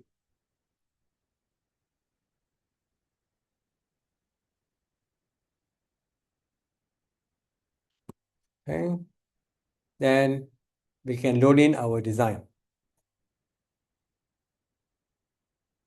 Okay, so here's our design. Okay, so this is our initial circuit. So we have our flip-flops here, some logic circuit here, and so on. Now, these are not gates from your PDK yet. This is just an initial view of the design. Okay, the next step is then to basically what we call constrain the design and then run it. Okay, run the optimization. All right, so I'm just showing you here what the initial design looks like. Okay, so typically to constrain the design, you will have to type in the commands one by one, something like this: create clock, dash period 3, CLK, and so on. And then you will hit compile ultra. So this will compile the design for you. Okay, so let's just let it run for a while.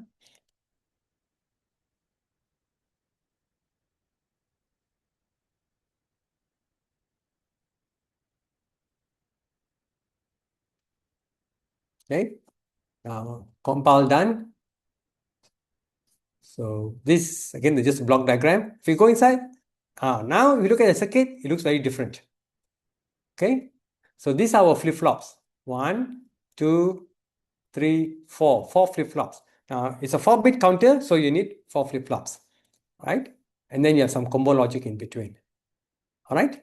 So how fast is design? Well, we can do a timing report. Okay, you can see here, right? Our clock is 3. And down here, if you go, it says select match. So our design is able to meet our timing. Okay. So of course, you can also scroll down here and see the result is the same thing. Okay. So that's timing report. Okay. Together with our design here.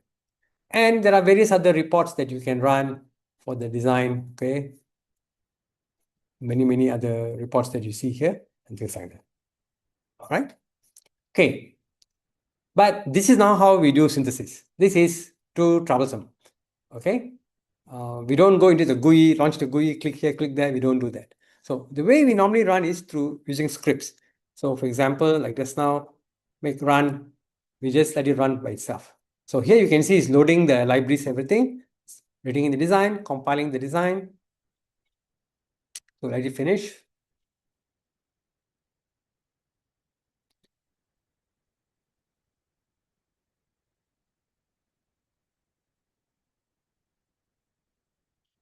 Okay, a bunch of information is being output, but don't have to worry about that.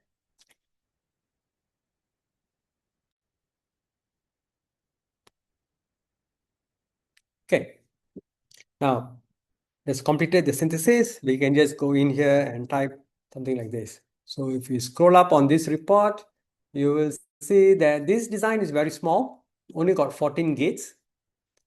Okay, then it'll give you some statistics. We got no rule violation of any kind. How long does it take to compile the design and so on? Okay, so this is how we do synthesis for a very small design. Now, what about the Mac itself? Okay, so let's go to our Mac.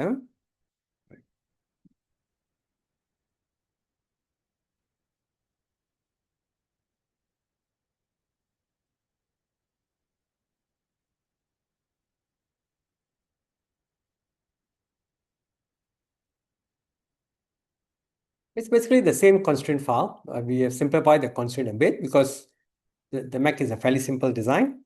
Okay, then we also have the run script. Okay, and we can let it run.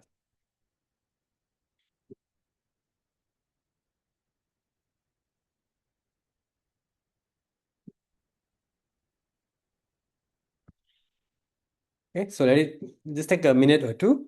So let it run first.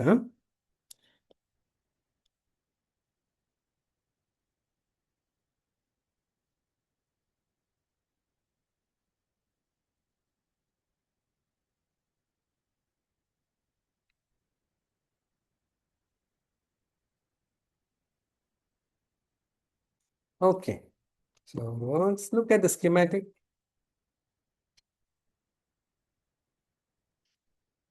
Right. Okay, so if you look at the schematic, basically you see nothing. Okay, because there's tons of wires across various components. Okay, but if you zoom in, you will see the gates. Okay, these are the gates that makes up our design. All right, so that's why schematic is not much of a use here. When you got about 1 million gates, right? Well, you see nothing, right? Okay, so we don't need the schematic at all, right, to do synthesis. Okay, so let's look at timing.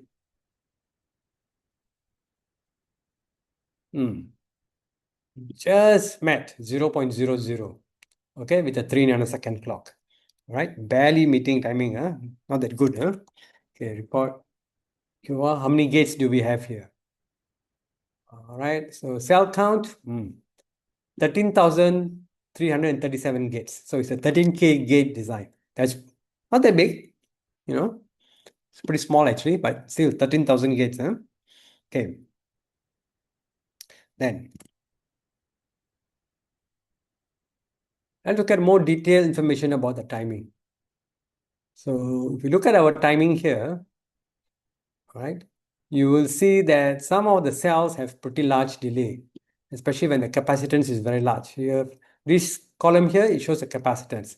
Now, if you look at all the cell delays, this is, forget about this one, this is a design constraint. Okay, some of them are having 0.07 delay, very nice number, but it's quite large. The capacitance is large. Okay, so we want to correlate the capacitance. Why is it large? We can use dash net. Okay, so if you come down here and we look at the results again, you will see that this is the fan out. That's why the capacitance is very large. Huge fan out. Whenever the capacitance is large, it's because of the fan out. Okay, so you should know what fan out means. All right, those of you who are in engineering electronics background, you should know what fan out is. How many gates is being driven by an output pin, right? The larger the number of gates, the slower the driver is going to be. Okay, so that's why having very large capacitance here. Okay, if this fan out is much smaller, the delay could be small, then we may not get 0.00. It could be some positive slack here. 0.00 means we just barely met the timing. Okay, so that one is not very good, right?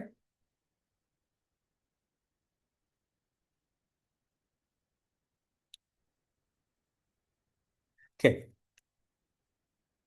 then let's look at the power of scripting.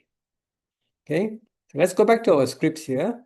Now, this is the same design that the Mac design. Okay, so I've written this script here. And if you notice up here, what are we doing? So we are basically writing a for each loop. Again, don't worry about the syntax. I'm just explaining to you. We're writing a for each loop. And up front here, we have 3 clock periods, 10, 7, and 3. Okay, the idea is this. You are given a design. You are told to find at what clock period can this design work at. Okay, so you have no idea. It could be 7, it could be 3, it could be 1, and so on. So you want to explore different runs. So one way to try it out is you write one script with 1 clock period, you run it. Okay, then you change the clock period, you run it again, and so on. That's time wasting because you have to sit there in front of your computer, wait for that one run to finish. Once it finishes, you change your clock period to something else, run again, wait for that one to finish, then run again with a different period. You have to wait there till one run finishes before you can start the other. That's troublesome. Okay, we want to automate everything. So here we use a for each loop, okay, to iterate through these 3 different clock periods and run the synthesis 3 times. Okay, so how then do we do this? Right? So, we can just do make run 2. Okay, see what happens now. This is going to take a while to run, but let it finish anyway.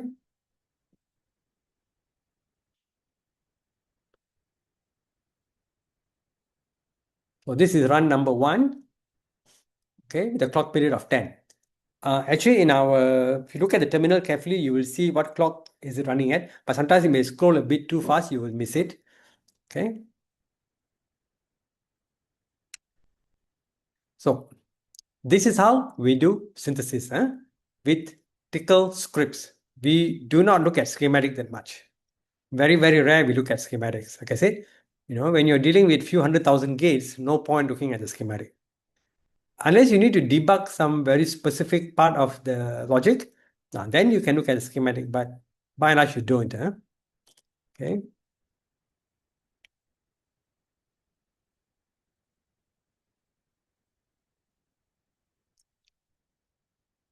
So I'm going to let it run. Okay.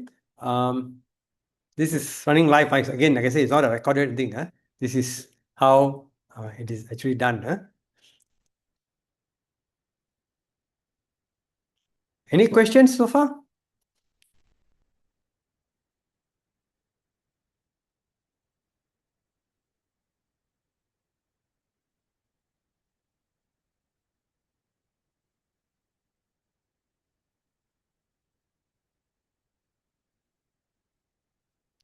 And towards the end, you see what will happen. Okay, how we analyze the results.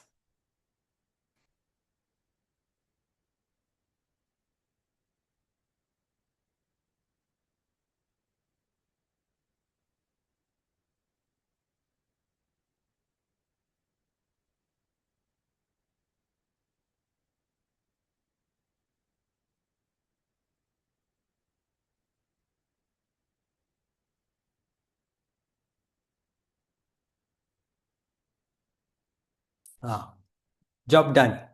And look at what we got here. You see, I don't have to go running the timing report, everything. I can just look at this output here and say clock period of 10, our slack is 0.7, clock period of 7, slack is 0.5, and clock period is 3 is 0.1. Okay, so 3 nanoseconds, good enough, it can work. Right? I do not need to run report timing or go into the design to look at each individual report to find what it is. I can just look at this final report and it'll give me the number. So that is the power of scripting. Okay. It does take a bit of time to write all this. Okay. It's not something that you can do just blindly like that. It does take a bit of an effort. Okay. You can see here, this is the part, the puts here is where it writes out the timing report. Okay. The good news is you can get ChatGPT to do this for you. Okay. Or any AI also can do this scripting for you. All right. So you can ask it to write it. You can just copy paste and let it run. So that's the power of scripting. So I can avoid going and looking at each individual report to see what is it. I get a nice summarized view, and then I can then decide, okay, I'm going to go with clock period of 3 for my design, and then I can follow up the design for the next step and so on. Okay. Of course, if I need to debug something or something is wrong, something is not right, then yes, I can look at the detailed reports. So looking at this design here, we do have all the reports also generated and saved for us. So for example, if I look at the constraint report, okay, I can see if there's anything violation or not. It says here max leakage power violated. We don't care about that because we're not doing power optimization for this design. We're looking at timing only. Only max cap is violated by 0.11. Everything else passes. Okay. Then we can also have the QOR report. Okay, what's the cell count? Right. So we optimize quite good. From 13,000, it came down to 11,000. Okay. And finally, the timing, right? 0.16. Okay. So this is how we do synthesis. Okay. Now back to the slides. Okay. Once we're done with synthesis, then we need to go to or convert from logic gates to transistors. That is called physical design or APR, automatic place and route. This is a very complex process. Okay. So what will happen here is we will take our netlist from the synthesis tool, not the RTL, our netlist, together with the PDK, pass it to the physical design tool, and that will actually give us the layout. This is a really complex process, has multiple steps in there. Okay. You will see things like your floor plan being done first, then cell placement, optimization, what we call clock tree synthesis, and then finally your routing and everything is done. You got your final layout. This is the part or the chip that you're going to send for fabrication. Okay. Right. So once that is done, you're done with your physical design. You will have to check for certain foundry-based rules. We call it design rule check and layout versus schematic. Okay, so this one is checking to see whether your design follows all the foundry rules or not. These two processes. Okay, so you do the check. If it doesn't pass, you got to go back and redo your place and route.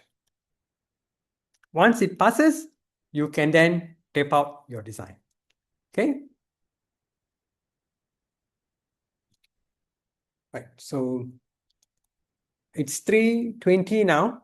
Maybe I give you guys a 10-minute break and we start back at 3:30. Is that okay? So just take a 10-minute break and we start back at 3:30. Yeah.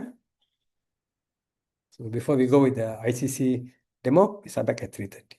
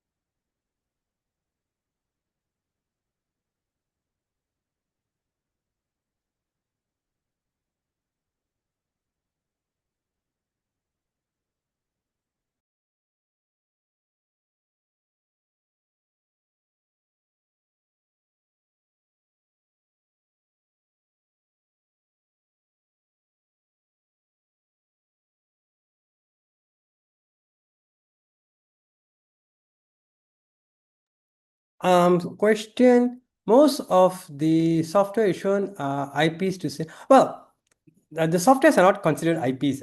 The softwares are all from Synopsys. Yes. Okay.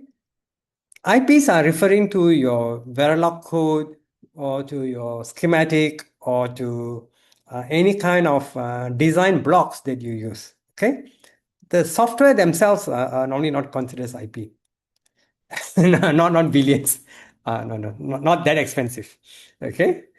Um, the software typically costs, again, there are different licensing schemes. Some are for education. Education is much cheaper. Okay.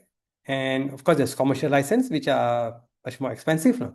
So commercial, education license, normally, it is not sold to you, the individual. Okay. It's typically sold to universities, all right, or government R&D facilities, things like that. Okay, and also to companies, not to an individual. To an individual, it may be expensive, but to a company, it depends, right? You know, yes, the software costs millions, but we always say that, well, how much money is like a company like Intel is making, like they make few billions of dollars in profit, right? So what is a couple of millions here and there, right? Um, so it's all relative. Okay. So this is where ASEM comes into the picture, because they have access to the software. When you come for training to any of the ASEM programs, GSEP, NSEP, and so on, you have access to the tools. Okay. So you can use those commercial tools to do your work and so on. All right. So that's one big benefit, okay, with the ASEM programs.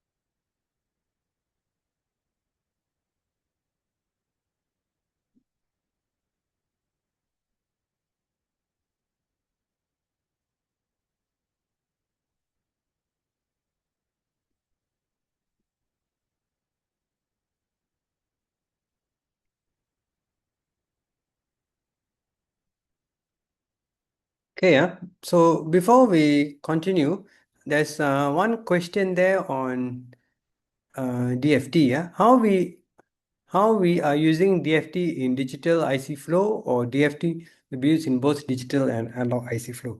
Okay, so DFT is typically used in the digital flow. It is part of the synthesis process. Okay, now I did not show you guys that, but during the synthesis process, okay, when you optimize your design, right, or when you convert from RTL to what is called gates, okay, you will have to do this DFT task. That is, first thing is, you'll be using what we call scan flip-flops instead of normal D flip-flops in the design. Then after you've inserted the scan flip-flops, you will have to stitch together all those scan flip-flops to form what we call scan chains. Okay, that's DFT. Now, the thing is, in an ideal situation, building those scan chains becomes very simple. You just hook up all the flip-flops together like like a shift register. That's about it, right? But there are a lot of things in our design that can hinder this scan chain from being formed. For example, clock gating, clock dividing, um, different clock domains, and so on. So we will have to employ different innovative DFT techniques to solve all these issues to get the highest possible test coverage. Okay, so that is DFT. So DFT, one part is you insert all this test logic during synthesis. Okay, it is part of the design compiler process. All right. Now, I did not show you guys that because, this is just a demo, so we don't want to complicate matters a lot. The second thing is that you have to do what is called ATPG, Automatic Test Pattern Generation. So once you have your netlist, you will send it to a different tool. That tool will generate a set of test patterns for doing DFT, for doing the later on testing after the chip has been fabricated. DFT jobs, yeah, it's a pretty good job. It is in high demand, yes. But again, it varies from company to company. Not all company differentiates DFT from synthesis. DFT could be part of synthesis, could be a separate task. Okay. Okay. The question, another one is, what is the difference between in DRC and LVS? Checks between physical design and layout and IC design flow. Why are they both required? Okay. So going back to this one, right? First up, if you talk about DRC, LVS, you need to do this both in the digital flow as well as analog flow. Okay, they are the same thing. Okay, DRC checks in digital, DRC checks in analog, and LVS checks in digital, LVS checks in analog are pretty much the same thing, same type of task that you are doing. So in DRC, we are checking for physical design rule violations. Example, spacing rules. So let's say you have two objects here. This is one metal layer. This is one metal. This is another metal, right? Okay.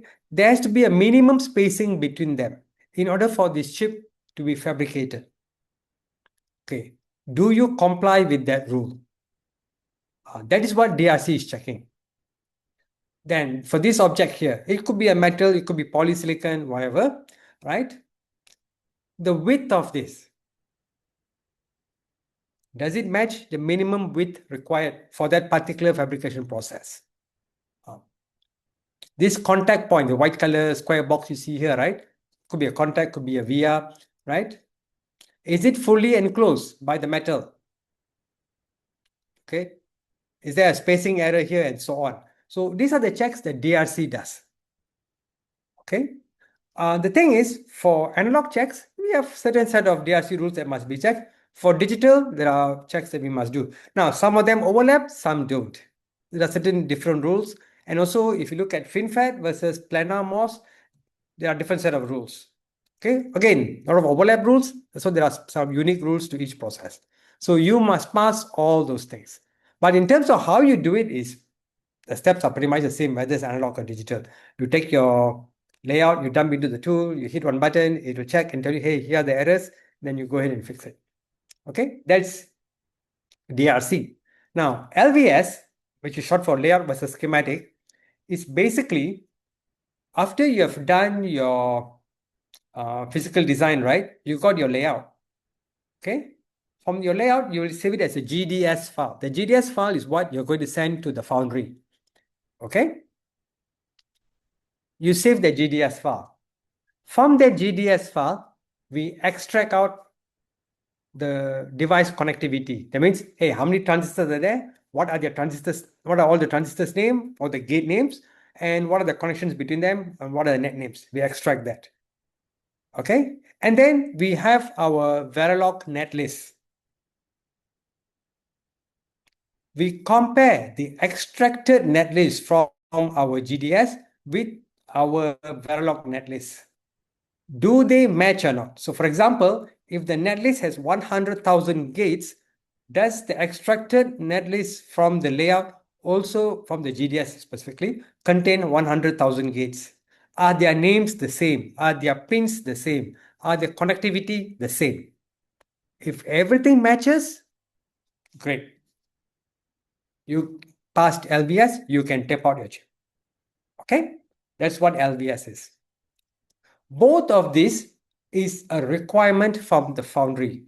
If any of these rules here fail, the foundry will not accept your design. Even if your design is passing timing, passing the power requirements, everything, it still must pass the DRC and LVS checks. 100%. It must be completely clean before the foundry will accept your GDS for fabrication. Layout equivalence checking is pretty much the same thing as LVS, right? Okay, so layout equivalence checking, LEC, is pretty much you're checking one layout with another layout. Yeah, it's part of LVS process anyway, but we don't really need to do that. Okay, right. So layout equivalence checking is more for when you have two separate designs. Then logical one, yes, logical checking is different. Huh? That is part of verification. Again, the terms people use, different companies use different terms. Okay, if you're talking about logical equivalence checking, that is checking the netlist from layout versus the netlist from, let's say, synthesis, or again as the RTL. That's different. That is saying, hey, they are functionally equivalent. Okay. But in general, LVS simply means that you are checking the extracted netlist from your GDS versus the Verilog post layout netlist. Do they match or not? Okay. Now the matching is in terms of connectivity. Okay, and cell names. All right. ERC and PACS, nope, they're not the same thing. Okay, ERC stands for electrical rule check. Electrical rule check is normally part of the DRC set of checking that needs to be done. Now, DRC has many checks they need to do. Normally, ERC is part of it. Although we may separate it, hey, DRC, ERC, but it falls under the family of design rule checks. Okay, PACS is short for parasitic extraction. Okay, that is something that you will do after you finish your LVS. You will extract out the capacitance and resistance that are part of your design, and then you use that for timing verification. Basically, you want to see all those unwanted resistance and capacitance that exist in your design. You can't avoid it, it's always there. Do they impact your design? Do they cause the power to go up, or do they cause your timing to become worse? Now, if they don't impact your design, fine, you can just proceed. You can ignore them. They are there, but you can ignore it. But on the other hand, if the parasitics, the resistant capacitance do cause some sort of a power issue, or they cause a timing problem, you will have to redo your layout to reduce the parasitic effect. Okay.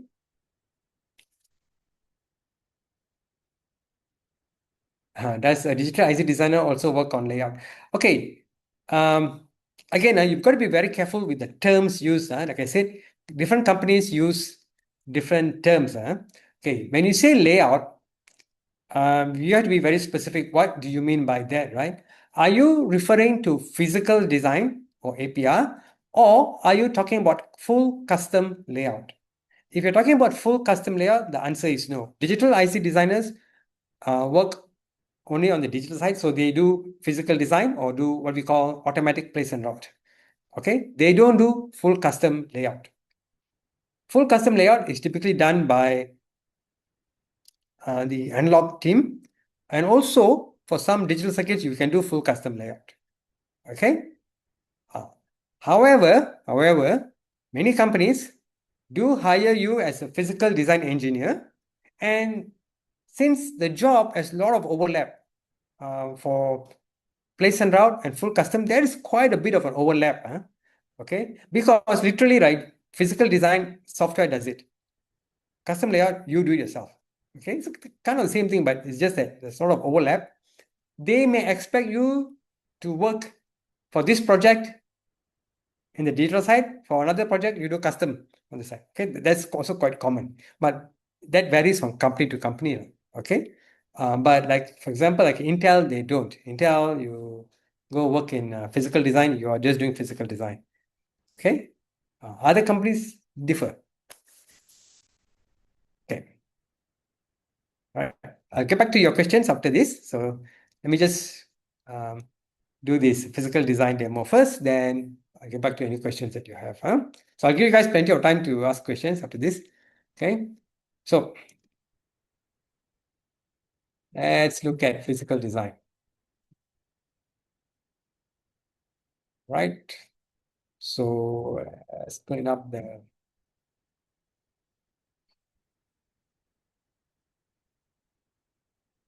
Hey. So let's launch IC Compiler 2, that is the place and route tool.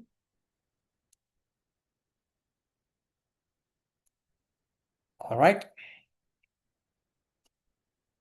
So we have the tool launched here. Okay. So first, we need to set up our design. So if you see here, right, all these square blocks, what are those? These are all our standard cells that makes up our design. Okay, we have just read it in. We have not done anything yet. So everything is jumbled up together at the coordinate. Okay. All right, these are the various spots in the design. They are all over the place. Okay. Okay, that is set up. The next step is we need to do something called floor planning. Floor planning means we define our die size. Okay. Move all the cells into that area. Specify our power grids, how we're going to supply power to it.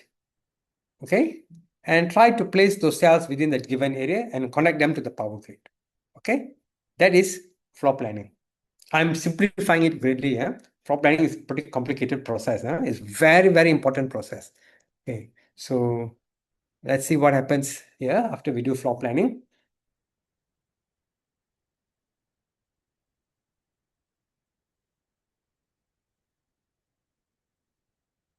Okay. So floor planning is done.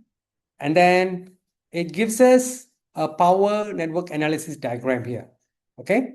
So what you see, what are all these colored lines here? That indicates our power drop. Okay. So if you look down here carefully, it says here, maximum IR drop for net VDD is 247. Okay. Millivolts. All right. Now, is 247 okay? Is it not okay? Okay. That is something that you're going to have to decide. Right, based on your design specification. Okay, there's one question there. It's kind of interesting. Let me just, I feel like the major that I'm planning to pursue completely not suitable for IC. Okay, I will come back to that question later. Tun Yuan. See, I'll come back to it. Okay, after this subject here, because that one requires a bit of explanation. Okay, so this is our voltage drop. Now, if the voltage drop is not satisfactory, you got to go back and redo your layout. You redo your floor plan, sorry. Okay, in our case, for demo purpose, yeah, it's pretty bad actually, but let's just ignore it for now. Okay, so here we see our floor planning is done. All these are the cells. So if you were to zoom in, you will see the cells.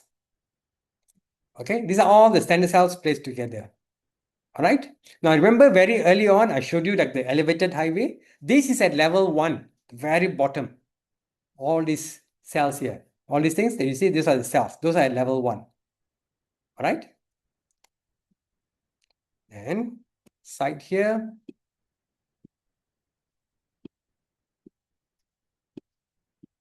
Okay. You see this? This is ground. This is VDD, the power lines. Okay, they connect to this. Here's your VDD power line. Here's your ground power line. So they stretch all the way like this. Okay, you'll notice that they overlap with the cells. The cells are connected to it. All right. So this is how we supply power to the cells. Okay. So that's floor planning, right? Next step is to optimize this placement. Now, the cells all are placed here. Okay, you can see all those 11,000 over cells. Okay, all the cells, but they are not optimized. Their placement may not be the best. They should be moved around to make better connections and so on. Okay, so that one, we just do a command called place opt, let it run. Again, this will take a while, huh? So let it finish first. Okay. That floor planning part that you saw earlier, that is one of the few places, what we call, where you need to use a GUI. Floor planning, pretty much you need to use a GUI. Okay?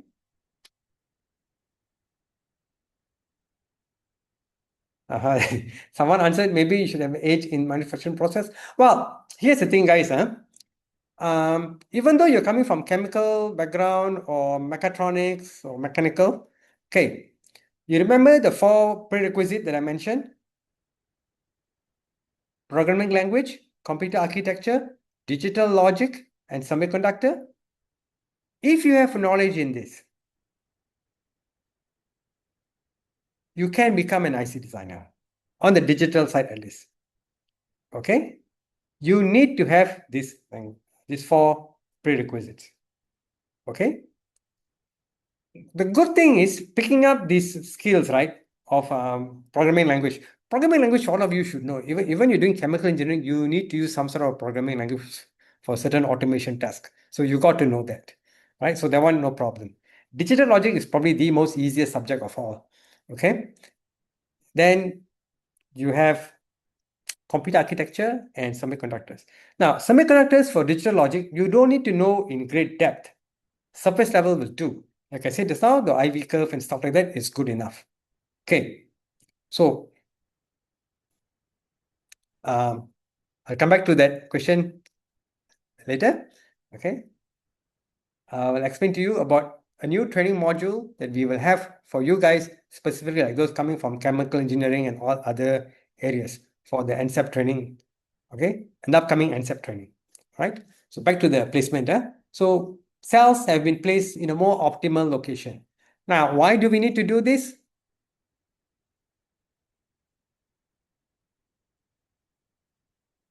This question I got to answer. I would like to know how many hours does it take to become an IC design expert? Okay, it's not about becoming an expert or whatever, right? Step number 1 is you get a job in an IC design company doing IC design task. Okay, for that, you have a very fixed time. Okay, that is, the training is about a month long, 25 days or so, and then you have a 3 months on-job training. All right. So give or take, you only have 4 months time. Within that 4 months time, you will have to get a job. So the short answer is you have 4 months time to become an IC designer. Now, to become really knowledgeable in it, of course, again, I would say it varies from company to company, but if you work in the very big companies, right, you normally specialize in one area. So a few years, you'll be very good at it. I have seen engineers within a year or two, right? They are really, really good at it. Okay, even my own staff, right? I got a couple of new guys who are doing physical design, RTL. They have been at it for the last few months just on that one particular thing, they are very good at it. Okay. So it all depends on how much time and effort you're willing to invest to become good. Okay. So if you're talking about everything, that one is a bit tough because, it all depends whether your company allows you to learn different things or not. Okay. But to become good in any one area, for example, like verification or physical design or DFT and so on, a year to two, you'll be good. Within 5 years, yeah, definitely an expert. Okay. So placement done ready here. All right.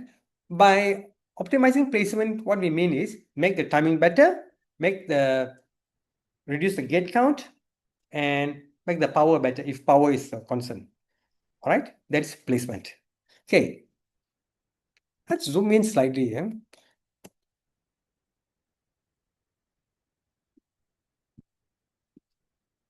Just want to show you something. When we zoom in here, all right, all you see are the cells and the power connection, nothing else.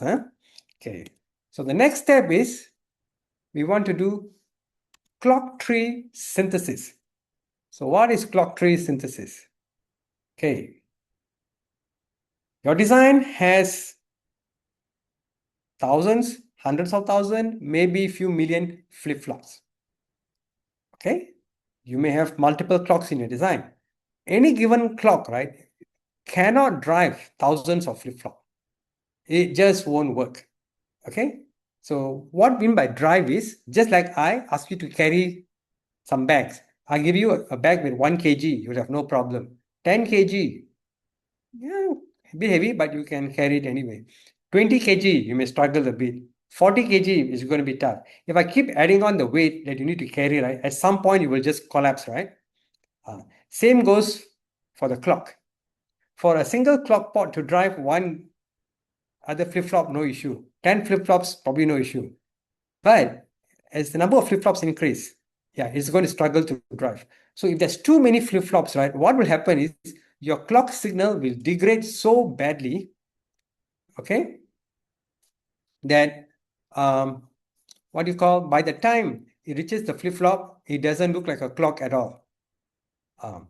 Okay, it doesn't look like a clock at all, right? So the flip-flop won't even respond to it. That's very bad.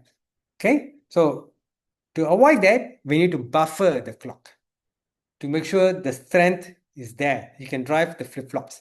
That process is called clock tree synthesis. And that is what is going on the screen right now. Okay, this clock tree synthesis, right? It will introduce what we call clock skew. Now remember early on, I gave you guys an exercise with the two buffers there. Where does the buffer come from? From this process, CTS, clock tree synthesis. This clock tree synthesis is going to mess up your clock. It's going to put buffers here and there.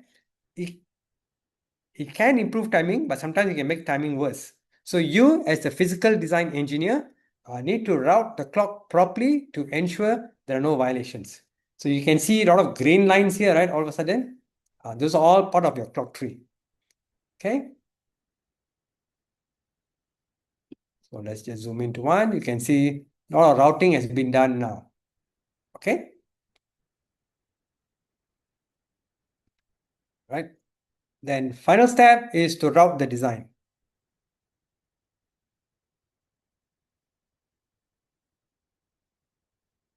So here we are basically creating the metal layers, right? Connecting all the gates together. Okay, so you saw the elevated highway just now. This step, we are building those elevated highways. So we are connecting one gate to another gate to all the other gates and so on based on our netlist connectivity. Okay, this is a very challenging process. This is pretty much towards the very end. So this is where we try to fix a lot of the violations that we are still remaining. For example, timing violations, setup and hold. This is where we fix our DRC problems also. The anything remaining, we got to fix them here. Okay.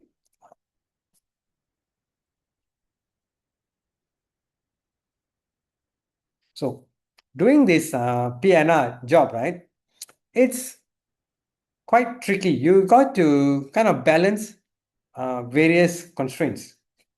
You got to look at what is available in your library. You got to look at the physical constraints. You got to look at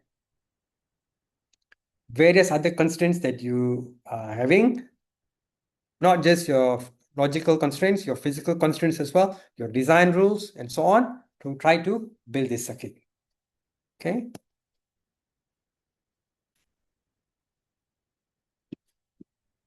All right. So routing complete. So these are all your routes. Okay. So you see here, metal is. All right. They are all on the same level. All could be in different levels. Okay. So once this is done, you can then go and generate your timing reports and so on. So for example, run your report timing. We barely made our timing 0.00. Okay. For clock period of 3. All right.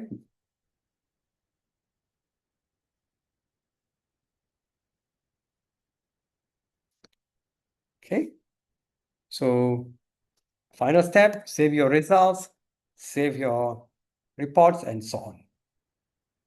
Okay. So let's go back to the terminal. Okay. So you can see here what's going on.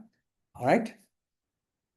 We are writing out the PAX file. Remember the question earlier by one of your colleagues asking about the PAX. You see here, this is the parasitic file we're running out. We're writing it out. Later, we will use this for analysis. All right. So this is physical design. Okay. Now, back to our slides. So once we're done with physical design, we got to go back and do our sign-off verification. So one of the key things that we will do here is timing analysis. Okay, what we call sign-off verification. So in timing analysis, from the layout that we have here, we extract out the parasitics from it. We call this SPEF. Okay, basically it contains all the R and C numbers here. Then we use these numbers here to annotate into our netlist and perform a timing analysis on it. This is our design netlist from this tool. We save it. We got the netlist. We got the PAX file. We got our PDK. Perform timing analysis. So this is where we answer the question like what I gave you guys earlier. Okay, if our clock period is 5, the delay here is 4. If the setup is 0.6, hey, can this meet the timing or not? All right. So where all these numbers come from? Well, clock period is a constraint that you set. This delay of 4.5 will be computed by the tool, for example, prime time here, based on the parasitic data and whatever gates that you have here. This 0.6 nanosecond setup time, where does it come from? Your PDK. So using all this information, the tool will try to determine whether your design still meets timing or not.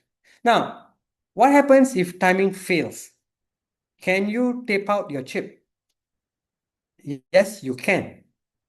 The foundry doesn't care if your design meets timing or not. That's your problem. If you tape out the chip, the foundry can fab it for you, but it may not work. And your money is gone. Okay, whatever you paid to the fab for fabrication is gone. They're not going to return back to you. Okay? The foundry will only reject whatever netlist or whatever design that doesn't meet the DRC and LVS rules. Okay? So timing is your issue. You got to solve it. All right? So generally speaking, what we will do is we will make sure all our timing passes, then only we sign off on the design. Sign off simply means that, okay, this design is clean. It meets all the company's requirement. It meets all the foundry's requirement. Okay? Let's tape out the chip then. All right. Okay. So if you are doing sign off, if your job is to sign off, what you will do is you will sit there in front of the computer and go through various reports like this, trying to identify what is the problem. Timing didn't meet. So what went wrong? How can I fix the problem? So don't get the wrong idea. It doesn't mean when you do sign off, oh, here got problem, we hand over to the layout guy, the physical design guy, say, hey, your design got problem, go fix it. No, it is your job as the STA engineer or timing analysis engineer to find out what went wrong and what's the solution for it. And then you will pass that solution to the physical design team. Say, okay, go and do this. So for example, you may suggest to upsize, downsize the cells. You may suggest to insert buffers and so on. Okay. That is part of the SDA engineer's job. All right. Also, after you have done your final final timing analysis and all that, you will want to do functional verification with your simulator again. Okay, we call this gate level simulation, whereby you use a netlist from your PNR2 and your same test bench from the RTL. You verify, does it still pass the function or not? Okay. Similarly, you can complement the verification with formal verification. This is equivalence checking. Formal verification is nothing but equivalence checking. You check whether the synthesized netlist matches the layout netlist or not. This is very fast and easy to do. I will show you in a short while how to do that. Okay, so it can really help with gate level verification. Okay, so final one, let's look at the SDA demo. All right, so this is done. Let's exit from this.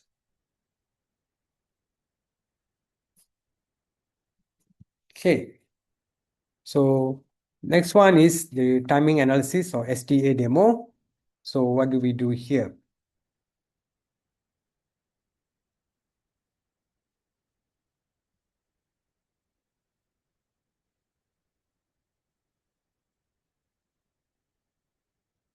Okay, so just like for the synthesis tool and the PNR tool, you got to have the library setting done. Okay.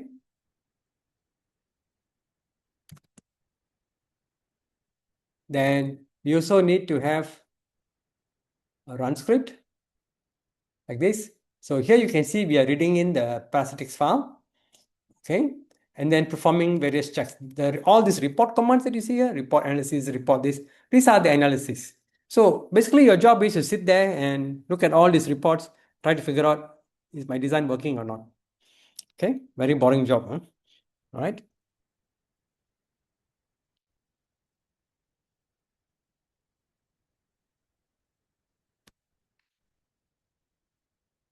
Okay, so let's run it. Okay, look at the make file first.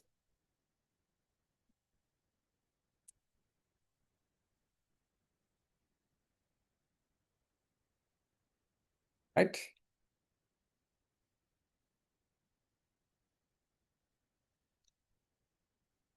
Okay, done. Now, again, this is a small design, so it finishes very fast. Actual design, it could take a while. Okay, so then let's start up PT shell again.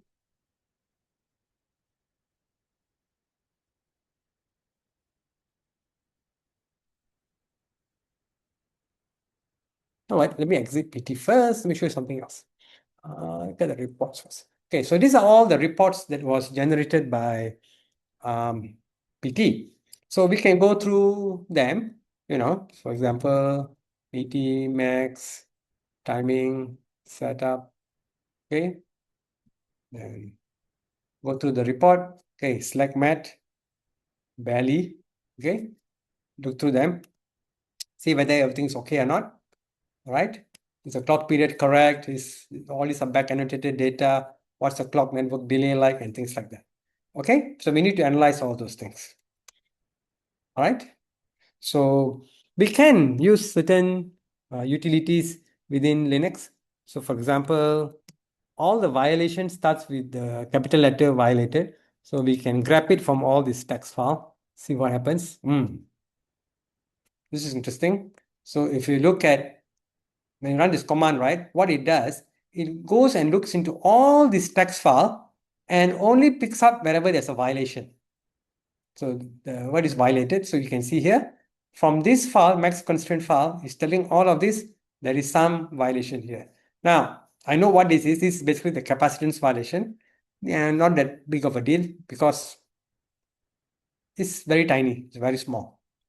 So this is not a physical DRC or LVS violations. Okay, it's not a setup or hold violations. So we can generally ignore this. Okay, if it's a setup and hold, yep, we have to fix it. Okay. So this is a shortcut method. But of course, when you do the work, you got to go through the reports and check through one by one to see what's going on. Okay.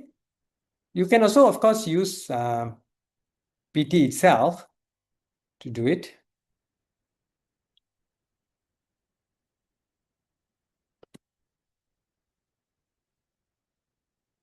Okay. So we have read in the design. Okay. See if there's an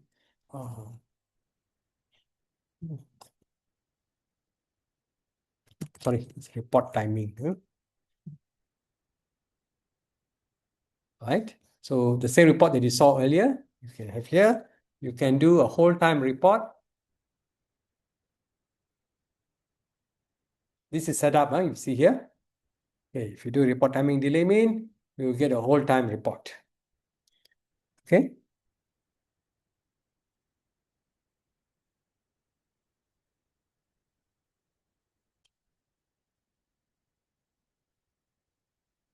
Okay, then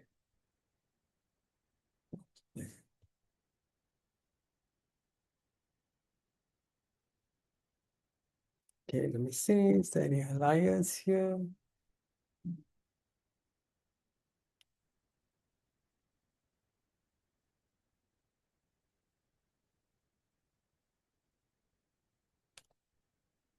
Seems like the alliance doesn't work. That's okay. All right. So report QOR is this.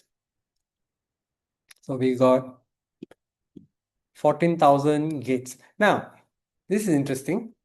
Earlier, there was only 11,000 gates. So how did it become 14,000 right now? Well, the increase here is generally because maybe of the buffer count. The clock tree synthesis tool inserted a lot of buffers, inserted additional cells, and so on. So that is why the buffer count went up so high. Ignore the pin count. Pin count, of course, will be so high. Okay, it's the leaf cell count that we are interested in. Okay. Then down here it says design rule violations. There is 7 max cap violation. That's the violation that we saw earlier.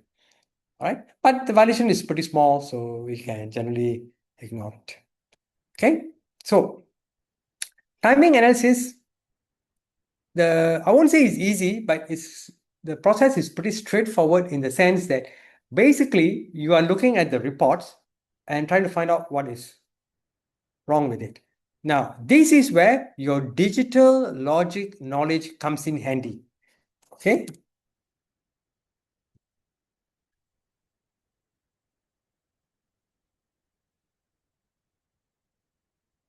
Right. So you can look at the report and just from the report alone, okay, understand that what is going on with it.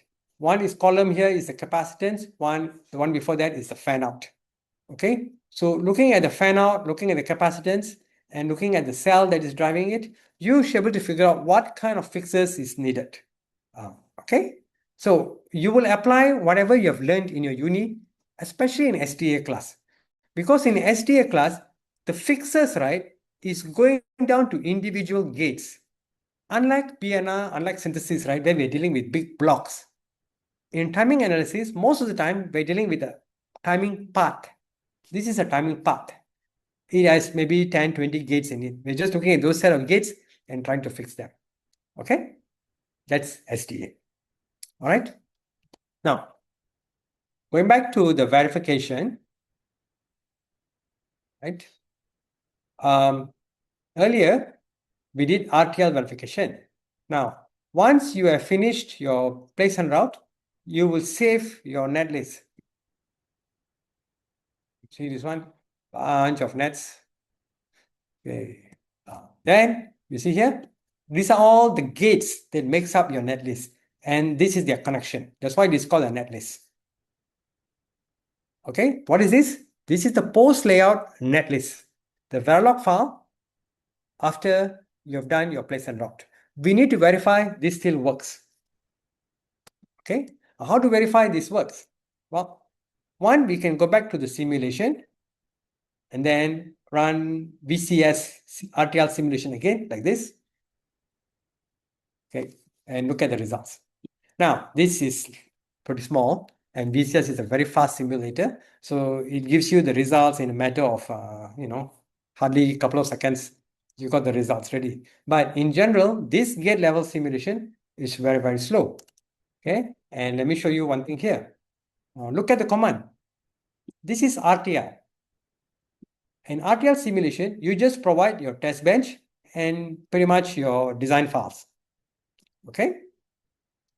For gate level simulation, you have to provide your test bench. Okay, same thing. You have to provide your netlist, that's the replacement for your RTL, and you have to provide your PDK. This is needed for simulation because this netlist here contains gates. The simulator VCS has no idea what those gates are. So that is why you need to have this SAR library.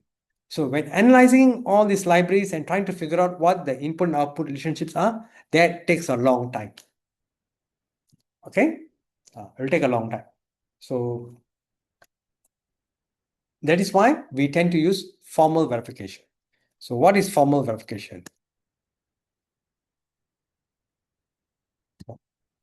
Formal verification is this. Okay. So we need two designs and we're going to compare them. Okay. So step number one is to read the source. In our case, we already read in the Mac file. All right. So this is our RTL design. And then this is our post layout design. So you can check it here. All right. Which designs we have read in and so on. Okay. Both of these seem to be okay. So let me do this. I mean, run everything from scratch so that you guys can see the difference. So first, we need to set up this file. You see this one here? This one comes from the synthesis tool and the place and drop tool, telling us what kind of optimization the tool has done. Then down here, we have our PDK. Okay, that one's pretty normal. Okay, and we run our tool. Okay, so first thing is we want to set up our reference design. Okay, so our reference design will be our RTL. There is our RTL. That is this guy here. Open, we load in the design. Okay, set the top design. That will be our Mac there. Then choose this guy, set it as a reference. Okay, so that's our reference. That is a good design we're going to compare against. Okay, that's why you see here reference is Mac. Then comes the implementation. The implementation is the design that we want to compare to. So that will be our netlist. So that will be this one here. Load it in. Again, specify what is your topmost design and set that as the implementation. Okay, then we run matching.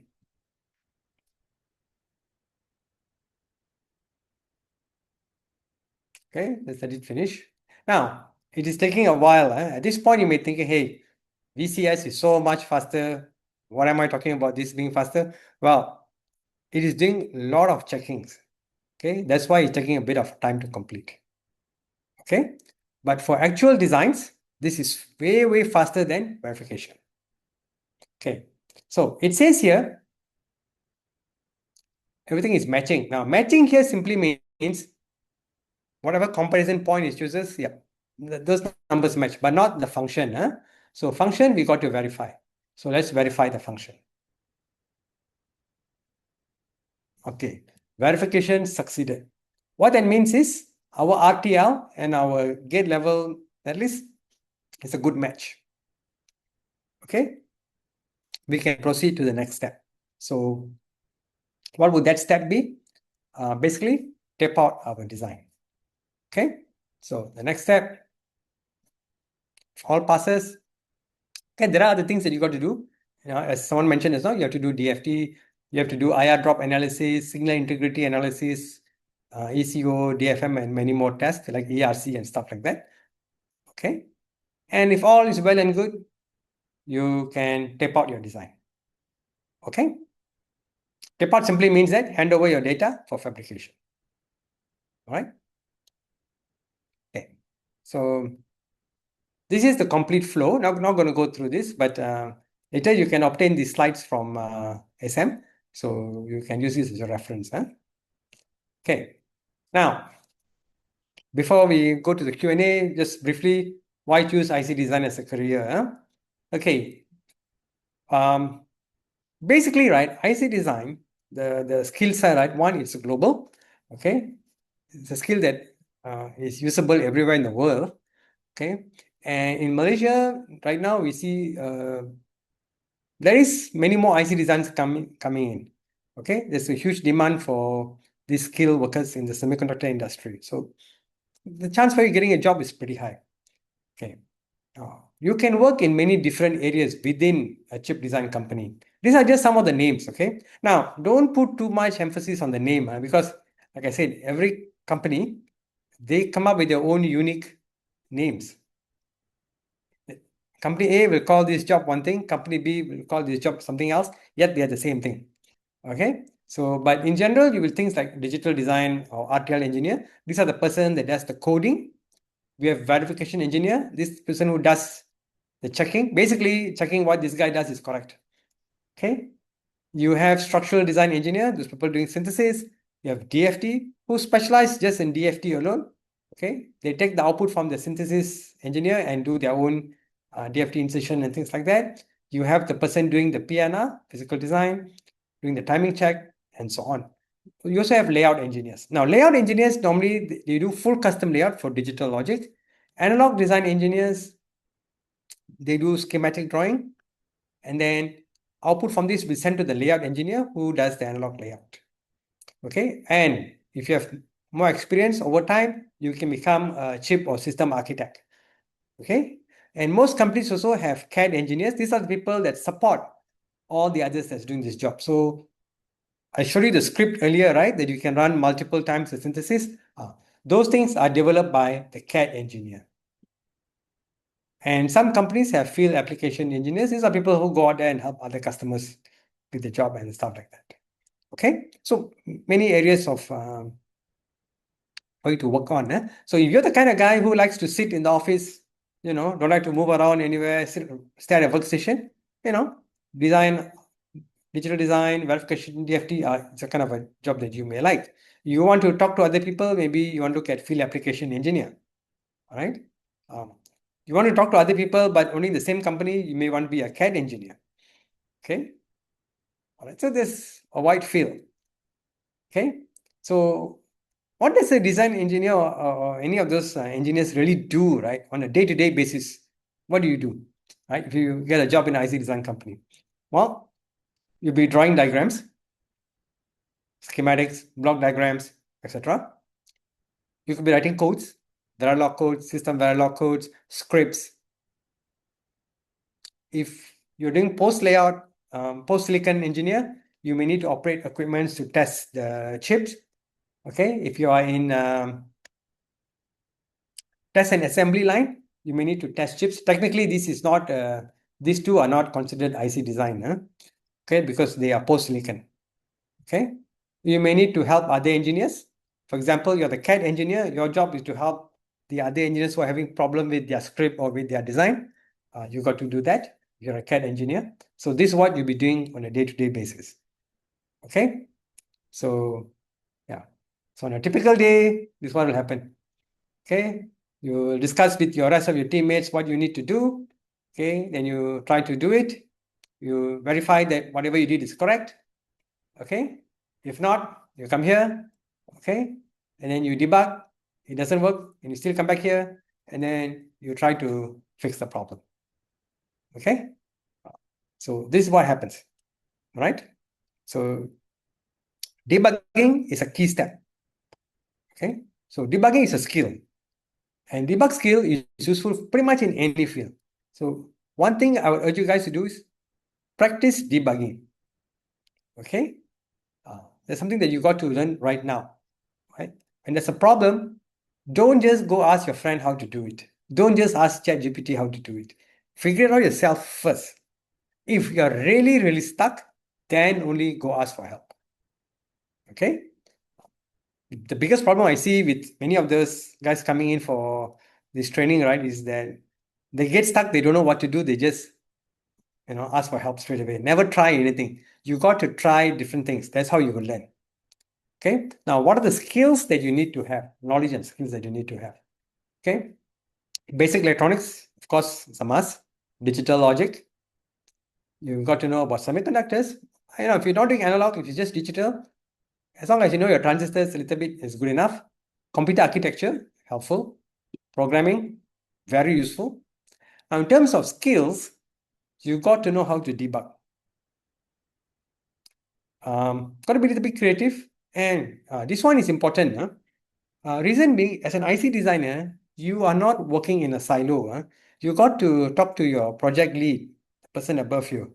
You got to talk to your colleagues. Okay, because when you read the specs, okay, you're going to write your design based on that spec. The verification engineer also going to read the same spec and going to come up with a test bench to test your design. They find a bug, they confront you, they talk to you. You must be able to talk to them and find out what is going on, and so on. So you must be able to work with different levels, people of different levels. Okay. So communication is a very important skill to have. Right? Okay. Now, one major question that we normally get is, will you use what you learn in your uni? Right? This is a very common question. I'm sure you guys also think about it, right? I learn all this stuff. Am I actually going to use it in my work? To a certain extent, yes. Okay. Depending on what you're doing, okay. For example, like Ohm's law, this is basic, there's one slide there I showed you about, I talked about IR drop, right? Briefly, just one box, okay. That is basically talking about Ohm's law, right?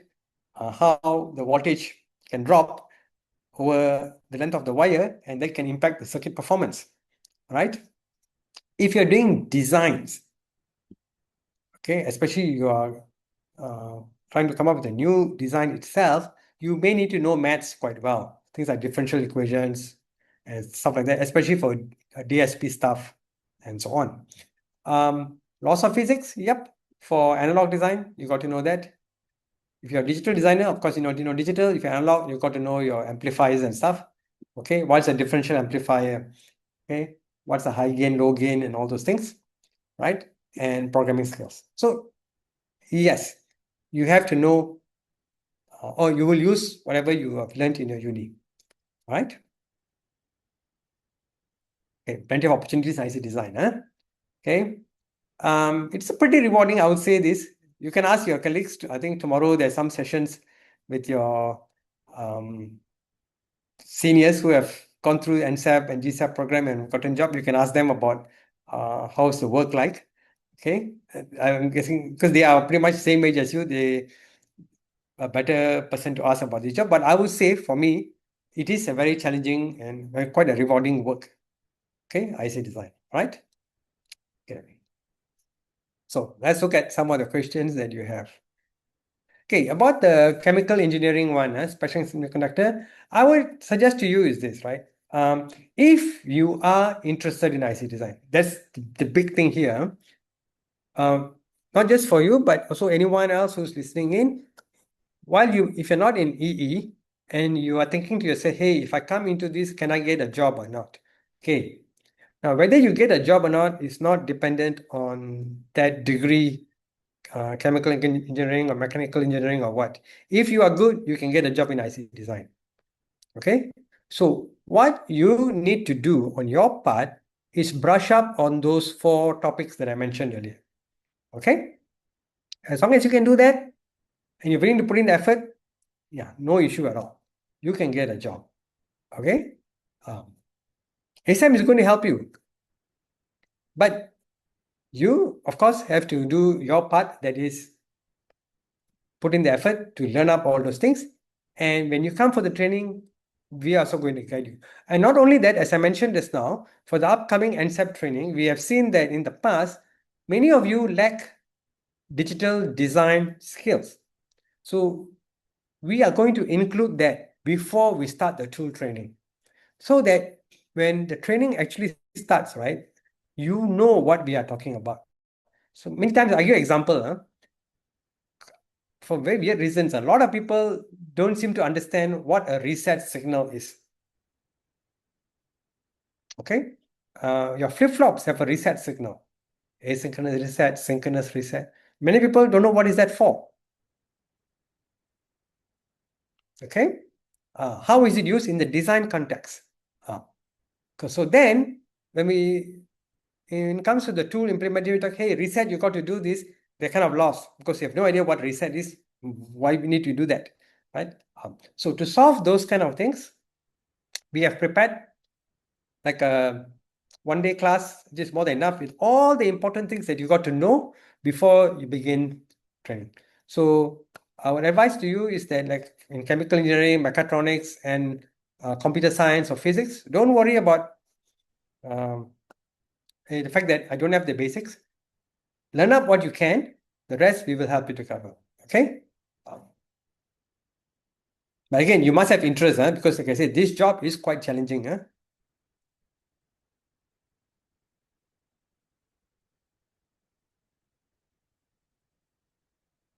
The max cloth time is set by the customer. You can say so, yes. So every product has a specification. So the specification basically will tell what is allowed, what is not, what is the limits that we want. So yes, for a customer, they will say, hey, I want a chip that consumes this much power. It must operate within this frequency range. Okay, so you have to follow that.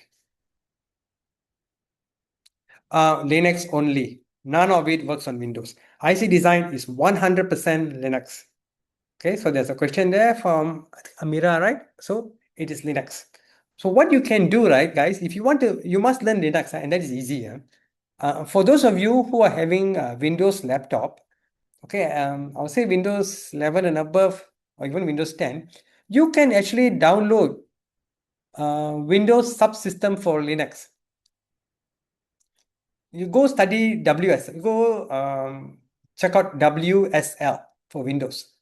Okay, so what they allow you to do is install Windows as install Linux as part of Windows, and you can practice Linux, how to navigate the file system and so on. It doesn't run Ubuntu. All these EDA tools runs on only what we call Red Hat Enterprise Linux. That's the paid version, or the free one is Alma Linux and Rocky Linux. Okay, Alma ALMA, Rocky ROCKY. These three only. Rocky Linux, Alma Linux, Red Hat Enterprise. Version 8.9 and above. Okay. You can download Alma Linux for free and try it out. Okay. Yes, EM and security, definitely, of course. It is included. Red Hawk and Primetime does two different types of analysis. Okay, but you have to run both of it anyway. So, you can't escape. No, formal verification is not layout. If LEC is layout equivalence checking, it is not formal verification. Kind of the same technology used internally, but when we say formal verification, right, we're normally saying checking the function of the design. Okay, that is, hey, is the gate level netlist same as RTL? That is formal verification. That's what we call formal verification. Okay, layout equivalence checking is basically checking two layouts that you have. Are they equivalent or not? Underlying technology used by the tool is pretty much the same. Okay, so you got one layout here, then you got another layout which is done slightly differently. Are the function the same? So that is layout equivalence checking. Formal verification is basically RTL versus RTL, or RTL versus schematic, or schematic versus schematic, right? That kind of checking that you're doing. Okay, so underlying technology is the same, but the difference is what is the inputs to those two tools. No, timing check. Question is a timing check by Azizi. Is a timing check done only at the very end? Timing check can only be done once you have logic gates. So it is done after synthesis onwards. Okay, after synthesis onwards, Yep, you run throughout. Do we need to generate SDF for gate level simulation? Yes, you should generate SDF. I should say you should generate the SDF and do gate level timing simulation. Okay, just to make sure everything is still fine. But in general, you can verify bulk of the timing with prime time. STA tools can take care of bulk of the timing. Only minor things you need to verify with SDF. So for example, we're talking about like initial conditions, right? What happens when your design first powers up, first starts up? That kind of checks STA tools cannot do. So you can do that with your gate level simulation using SDF. Also things like what we call checking for test patterns, test pattern validation. The ATPG test pattern validation, there's another process whereby you got to do a timing check, so SDF will be useful. So we limit SDF to only certain type of checks. It's fine. Question. Any idea which part of the job will be lasting for another 10 years? Okay, that's tough to answer, right? I mean, you guys know AI is around the horizon, so we can't say what's going to happen. We can't even tell what's going to happen next year, right? Uh, yeah, good point. Azizi, helping, that's a therapist. Um, well, in a way, it is right because if you think about it, you have engineers who are stuck at writing scripts, so they will go to the CAD engineer and say, "Hey, help me out. You know, I need help with this thing, this thing." So if you can give them a script, of course, it'll make their life easier. So in a way, it's good for them. Uh, the job must have demand, only then can help others. Yes, that is true.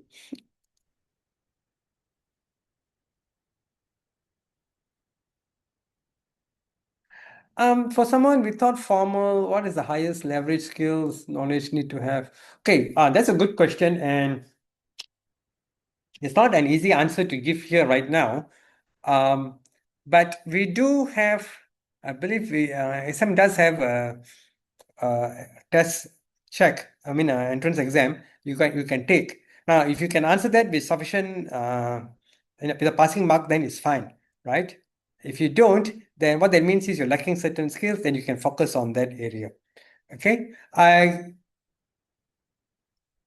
will talk to SM first on that, and then maybe they can publish out a test for this particular thing to see what is it, and they can share with you guys so that you can take the test later on and see whether you're lacking on any skills or not. Okay.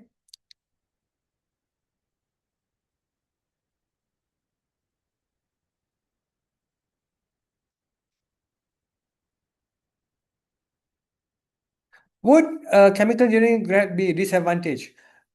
Mm, only if you don't have those basic knowledge. Yes. So, for example, if you come into a class and you have no programming background, example, then obviously the guy with a programming background will have a significant advantage. Okay. So, I would say if you have the basics ready, then no, there shouldn't be any problem for you to catch up. Of course, you have to put in extra effort compared to those who already have that knowledge.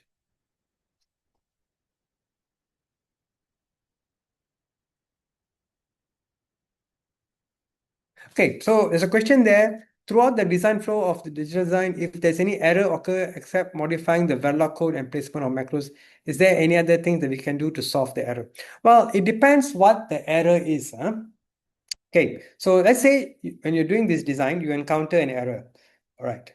So ideally, you want to fix, or the first thing that you should do is try to fix within that level. So if you encounter an error, let's say the STA stage, you want to fix that problem then and there. You don't want to go back to layout to fix it. Okay?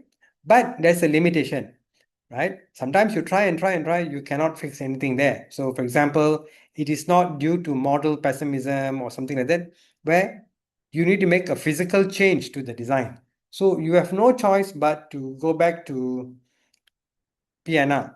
That's the first step, and then fix it there. All right. So what can you do? Well, You can redo the routing. You can redo the cell placement. You can try different clock tree algorithms, right? Worst case, you may need to change the floor plan. Absolute worst case, go back to synthesis. Even worse than that, change your source code. But generally speaking, source code, once it has been what we call frozen, it cannot be changed again. So you want to try everything within the PNR tool. Now, in STA, you have something called ECO, whereby the tool can generate steps to fix certain timing or power issues with minimal disturbance to the layout. You can try that. Okay, so there are different methods you can use. All depends on what the issue is. Okay.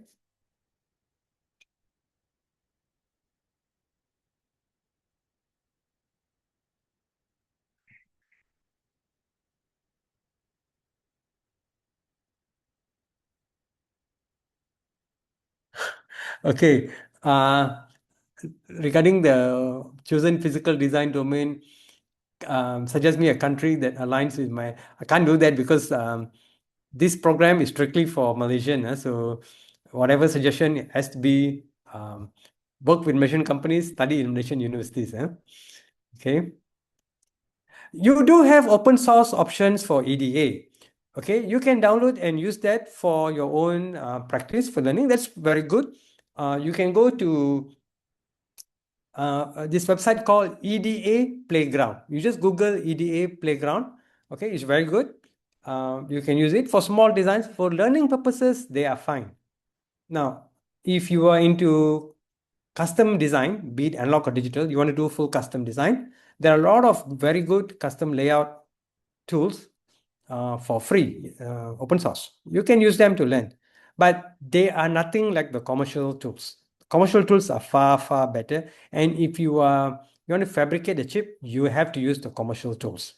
Okay, the open source tools, it only works for small designs. Okay, so for learning purposes, I would say that's fine because, like I said, you can't afford to buy it, right? So, what choice do you have, right? So this is a good one, right? What advice would you give to a fresh graduate entering design verification field to help them succeed? Okay, design verification, you only need to have one skill. And that's what I mentioned earlier, debug. Okay, solving problem, debug, trying to find out where the problem is. Okay, so learn how to debug anything and everything. That is the single most important skill that you got to have. All right. Other than, of course, knowing the basic things like knowing the tool. That's one thing. The software, whatever simulator that you're using, you got to know that. You got to know your operating system. So in this case, it will be Linux. How to make full use of the operating system to your advantage. You saw me using Makefile, right? There are many other tools, utilities like that. You got to learn that. Learn the shortcuts. Okay, that can really help you speed up using the tools. Okay, so learn the environment as operating system, learn the tools, and very important, the debug skill.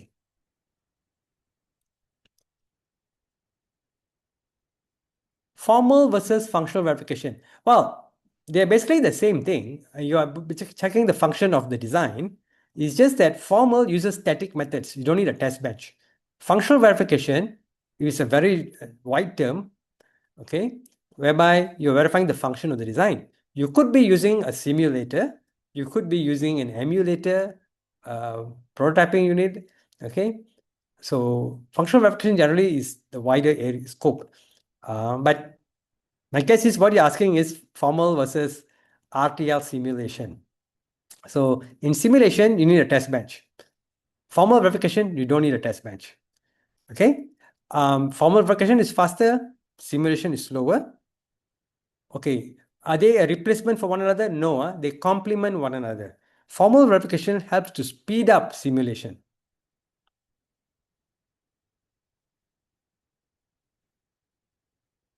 Okay, question from Arthur. IC design analog is harder, more specialized, and less automated than digital. I guess partly. Okay, you can say more specialized, yes, and less automated. That's also true. Okay. All right. Okay, but one thing you got to know about the harder part, I would say both jobs are equally hard. Okay, it is not easy. Both sides are not easy. The impression is that why you find analog hard is because analog, when you learn in uni, involves a lot of maths, equations. Whereas digital, you don't, right? So that kind of gives you a wrong impression, a starting point, right? But really, if you're talking about doing the design as an IC designer, okay, both equally tough. Analog, more hands-on. You got to, it's more manual. Digital is more automated. Okay, that part is true. Okay, now what is the future of an IC design career versus an embedded system career? Wow. Okay, so the thing with IC design is you have to go work with somebody. You can't do on your own. There's no such thing, right? Especially a fresh grad, right? You got to go with work with a company. Embedded, on the other hand, um, one, it is not as expensive as IC design. The tools you can acquire them relatively cheap, you know. Um, when I say cheap, I mean you can literally, you a fresh grad can go acquire all the tools needed to do an embedded system. You can work as a freelancer. Okay. So in that sense, they are two distinct areas. All right. I am more on the, I've only worked on the IC design, so I cannot really comment on the embedded career path, although I believe maybe someone from ASEM can answer this question better because they do have a training on embedded system. So I would guess career-wise, both have equal job opportunities. Okay, it's more of your interest. Which one do you feel is better for you? Okay. Regarding, okay, question from Ki Cheng, regarding hardware RTL design resource utilization, is there a standard metric or weighing method for comparing DSP blocks, registers, ALM? Okay, you see, here's the thing, right? When you talk about design efficiency, right? What do you mean by that, right? See, each company evaluates, or I say each project, the efficiency is different. How is it evaluated is different. So for one project, you can have a clock period as low as 10 megahertz, right? So imagine you're doing a chip for a medical product. A medical product doesn't require very high frequency for it to operate, you know, because if it's measuring something in your human body, is very, very slow. So it doesn't need to be super fast, right? But it needs very high reliability, okay? It needs very good power consumption, right? Very power efficiency, but not the speed. On the other hand, if you are trying to design a chip for a gaming card or for a video card, right, for games, hey, speed is everything, right? Uh, so the efficiency varies. So there is no standard way of saying, okay, this is the best way of doing something versus the other. So now, having said that, I do know that many universities, especially for masters and PhD program, they like to do this comparison. That is, you write a paper based on your design that you did compared to what someone else has done and then publish that. It's fine, but you got to be aware when you compare, it must be apples to apples. Huh? That is to say that uh, you can't change the library. The library must be the same. So, for example, if you did a design with TSMC 5 nanometer, whereas the original design was done with Samsung 14 nanometer, you can't compare them. They are two different things, right? So that's why I said that there is no standard metric for measurement. Each company comes up with a chip that is suitable for that application that they are running. So if your design doesn't require the chip to run at that high frequency, so no point in coming up with a design that runs at much higher frequency. You're just wasting resources, right? So there's no standard metric in that sense. Oh, PD in Malaysia at the moment is very good. Physical design requirement in Malaysia is very high. Pretty much all the requests we get right from our customers here, all are for PD, you know. So yep, in Malaysia is very good at the moment, I would say. Okay, for me, how I use AI, um, few ways. Okay, when we're talking about related to IC design, I would say this. so far, the AI is very poor for system Verilog, so that has to be done manually. However, for tickle scripting, it is very good. So I use it mainly for tickle scripting, okay? And talk about the job itself, right? And how about the commands and all that? It can't, because the tool is not up to date with some of the tool commands, okay? So certain tools, AI cannot do anything with it because they have no prior knowledge about the tool and all, so it doesn't work. Um, but coming up with some demo designs and stuff like that, yeah, AI, I always use AI to do it. I don't want to waste my time doing it, right? So get AI to do it. One thing though, I will say, you saw all the slides that I just did. AI didn't help one bit with it. It's totally useless. I've tried many times to get AI to come up with those slides. It comes up with total garbage, right? So it doesn't work for that.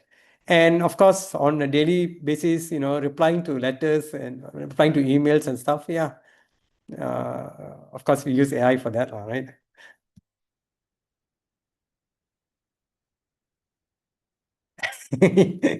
Azizi, yes. Trust me, it's going to be much faster than you think, much sooner than you think. Sorry, that's going to happen. Well, once they include AI in the EDA tools, pretty much it's going to tell you clusters, right? Yes. Okay. It's a question from Joshua regarding VC or VC formal. VC formal is another class of formal verification. Okay. Basically, you're doing what I call assertions or property checks. Okay. They don't do logical equivalence checking. That is in the sense that they're not comparing with two designs to say they're equivalent or not. No, that's not what VC is for. Okay, so what VC formal is for, right, is basically you come up with a set of functional design rules. So for example, you can say something like this signal A must change within 3 cycles from this clock transition. When clock transitions within 3 cycles, signal A must change. This VC formal can check that property, whether your design fulfills that condition or not. Right? We can expand that also to things like DFT rules. Okay? This clock cannot go to this kind of blocks. This clock cannot go through latches and so on. So VC formal can check all that. Okay, that's VC formal.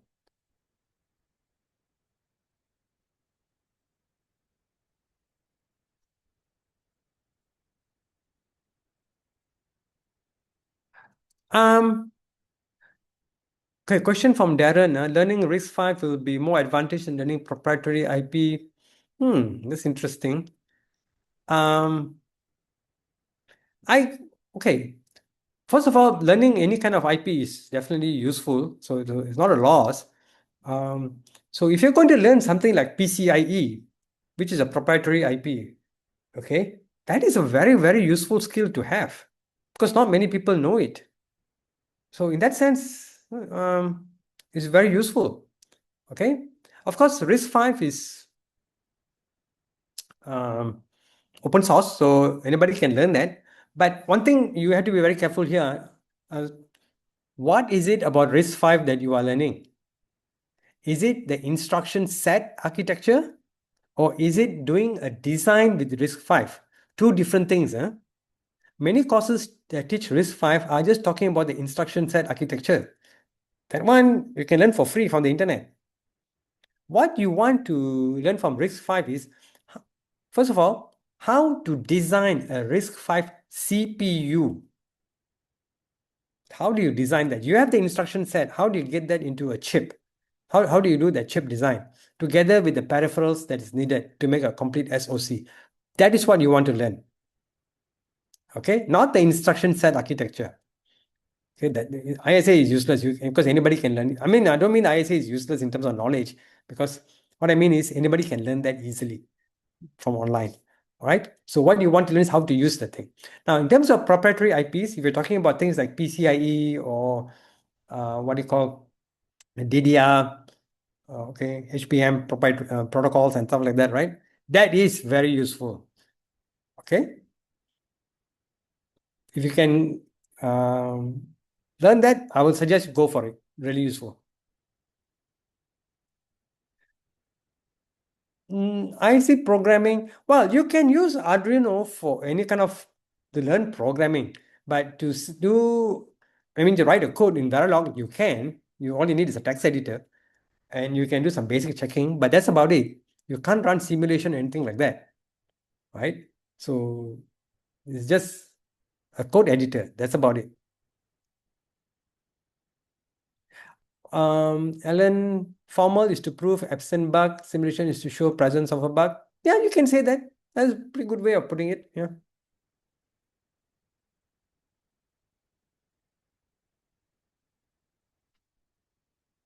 Okay, for carrier digital IC for the DFT part. Now, I have quite a bit of experience in DFT, and I will tell you this.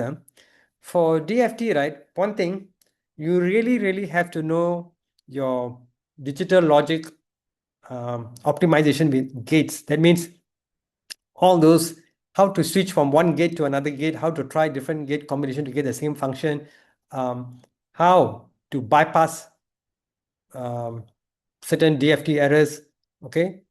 Understanding the operation of a latch, okay? How does latch and the flip-flop work, okay? Those are absolutely crucial because DFT is one area where, like I said just now, you got to use logic, digital logic, the knowledge of basic gates to fix a lot of violation as opposed to any other thing, right? This is one area where you are really going to use your gates to kind of bypass some problem that you have, right? Many times you got to do that, right? So make sure you're really good with your digital logic.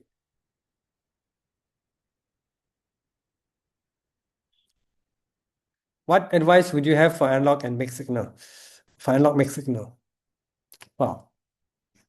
I'm not in the analog mixed signal area. I just know that briefly, but what I would say is that that is a very tough area because you got to know both, right? Analog and digital. Okay.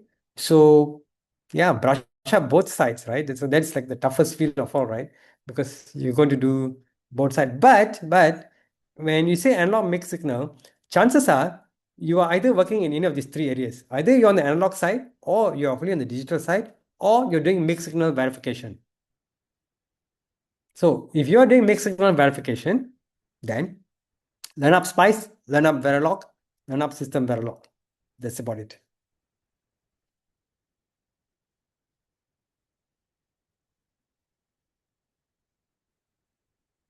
Okay, I won't recommend that you do any online classes for IC design, such as Coursera, Open Classroom. So, okay, it's not needed.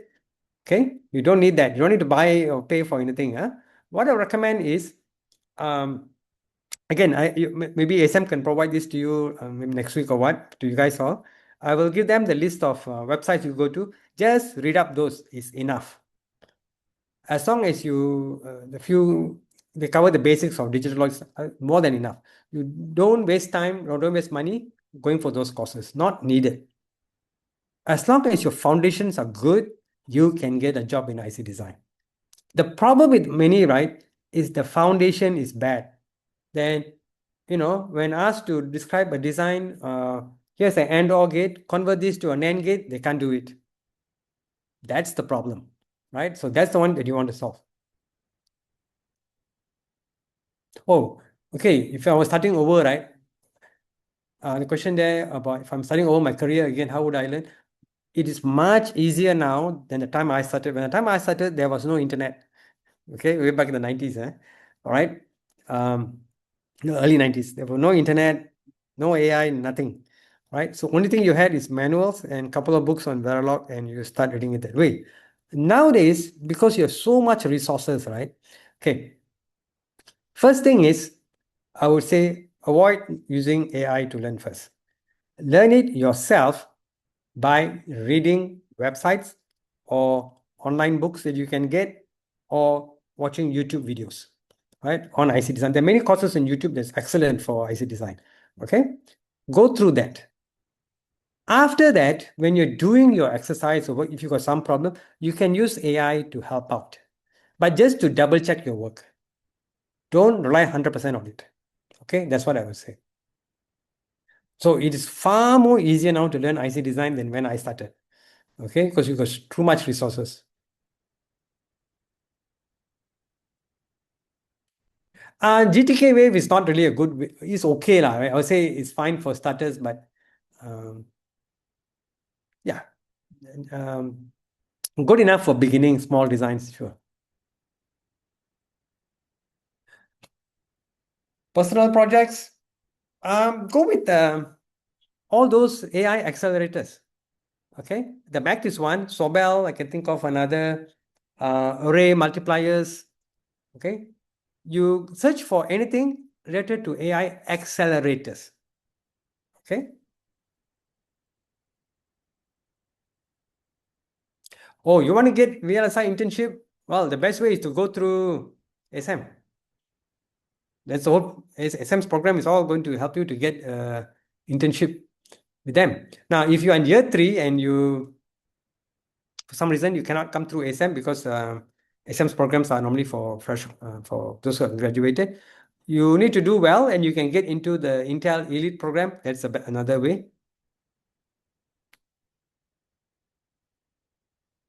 Okay, what kind of projects can student pick up to gain?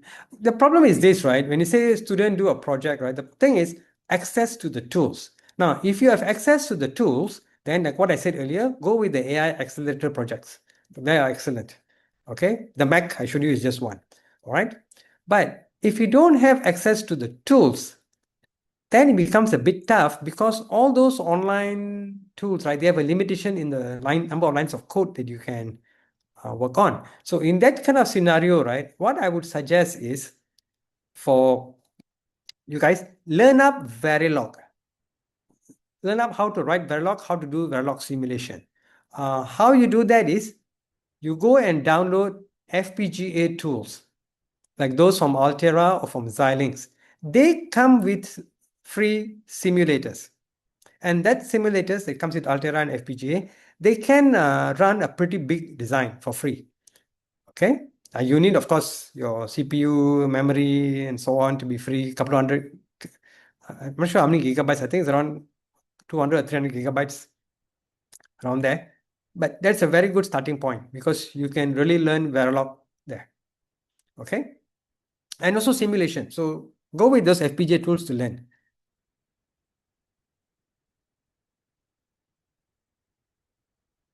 FPGA courses, do your own. Go to Altera or Xilinx, choose one, download their software. Okay, start writing Verilog codes using it. If you have some money in hand, not much, you can buy one of those cheap FPGA boards. It costs maybe few hundred ringgit. Okay, get a board, uh, practice programming that FPGA with simple LEDs and stuff. Don't straight away look at complex projects. Huh? Try simple projects and build from there little by little. Right? That's the best way to go with FPGA. Okay, if you don't have, yeah, what Alan said there is true. To one Ahmad, you need to come to ASEM. That's the only way.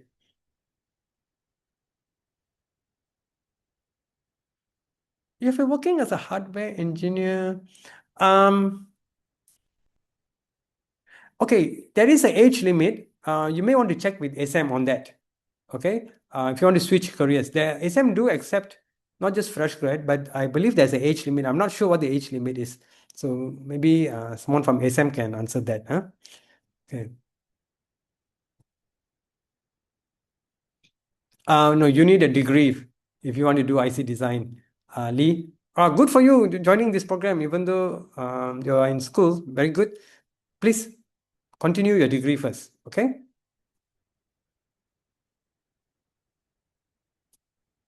Jivanesh, I think SM will put out the links for all those classes in their LinkedIn page. Okay. If you have signed up for this presentation also, I think they will provide you with some links about the upcoming classes and stuff like that. Okay. I'll also follow their LinkedIn page. It's there. Okay.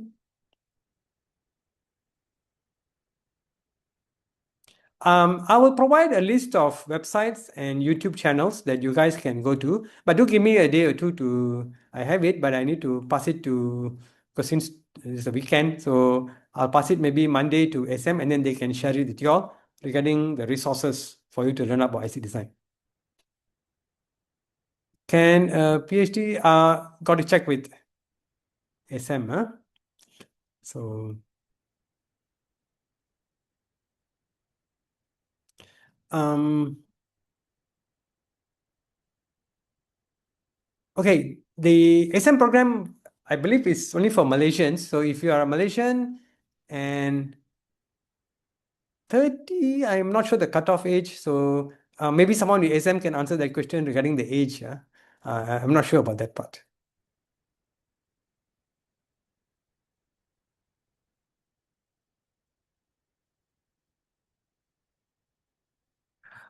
You can try again.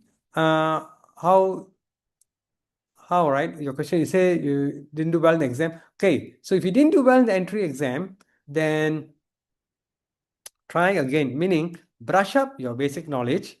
Okay, try again. Then you need to contact ASM itself. Okay, and then state your case. What went wrong? Why you did badly in the exam, right? Yes, it's only for Malaysians, the ASM program, right?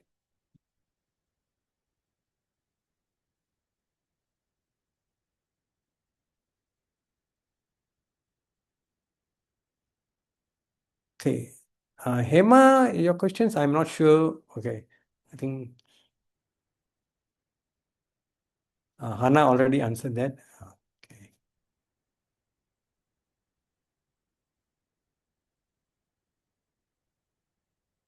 Is SM program hard to get in? I don't think so, but it's a matter of opinion. Nothing. You just sit for of course, you got to fulfill the criteria of age and so on, and then sit in for the test, online test, and that's about it, right? So the test is pretty easy. Okay.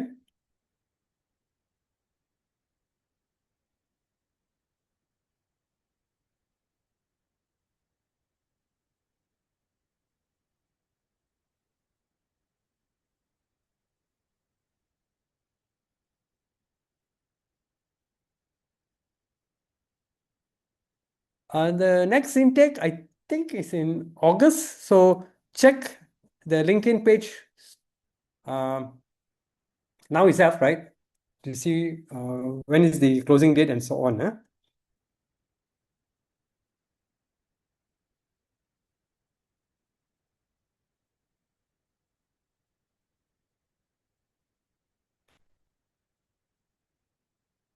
Sorry, yeah, I cannot recommend intern in Malaysia for internship in Malaysia for those from India because local companies also companies here they have a policy who they take in. Okay.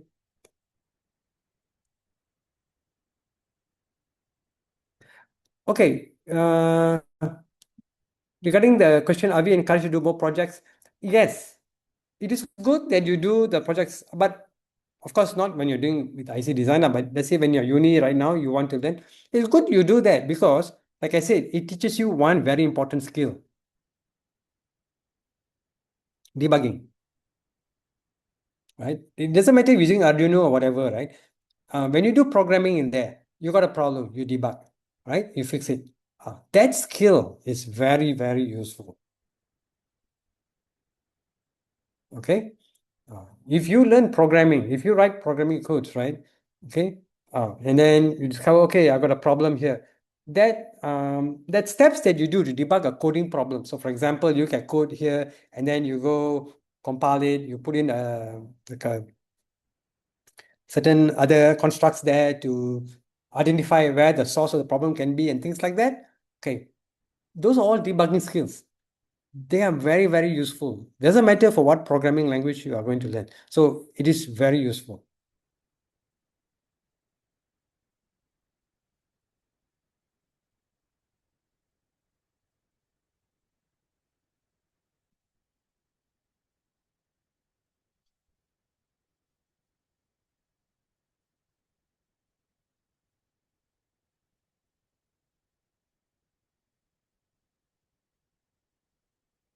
As you see, you need to contact ASM, right? If you don't get a job there, have you joined the ASM program or how? Because you say they have another candidate. Yeah, that could be one of the NSEP candidates or GSEP candidates.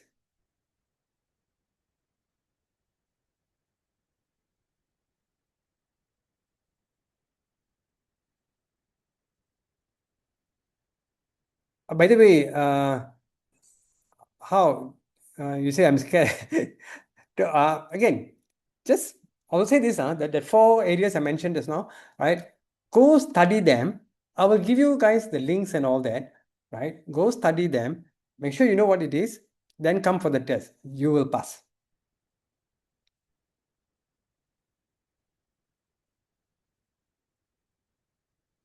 I can't answer the question in about India because we are based in Malaysia here. Okay.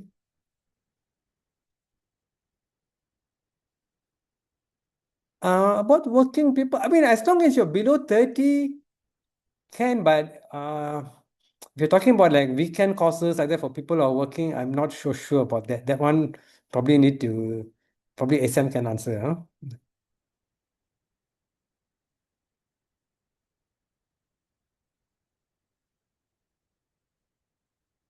Eh, Probably yes for the question on anti-gravity and RTL and open road. Yeah, I would say yes.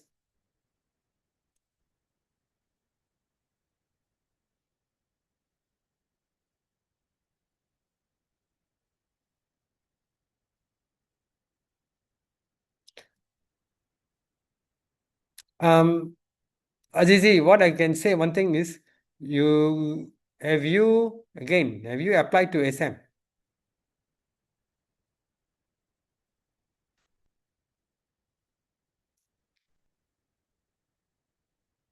Okay.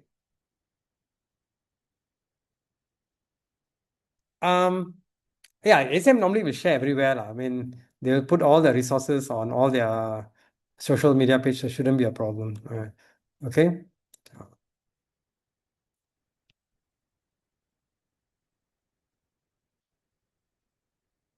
Uh, the one in Taipei, I'm not sure.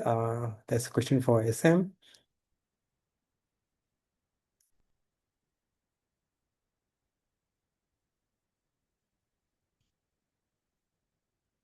Okay, so Azizi, you got a GSAP offer. Since you can't make it there, then try for the NSEP in August, right?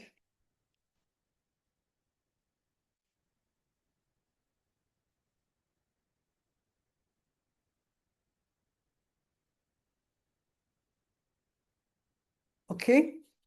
If no more questions, I think we can end the session. All right. I will share all the resources with SM, and then SM can SM will then will share with you guys now. Right?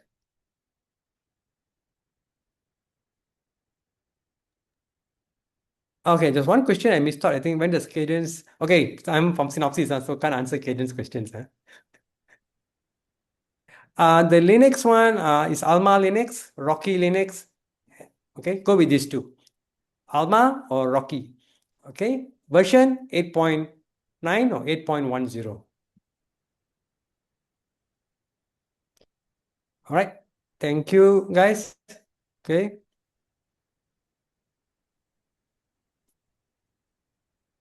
All right. Uh, Thank you so much, Sri, for the engaging and insightful workshop. And thank you to all our participants for staying with us throughout the day. We hope today's sessions have given you a clearer picture of digital IC design from the technologies powering AI and modern computing to the engineering workflows. To the engineering workflows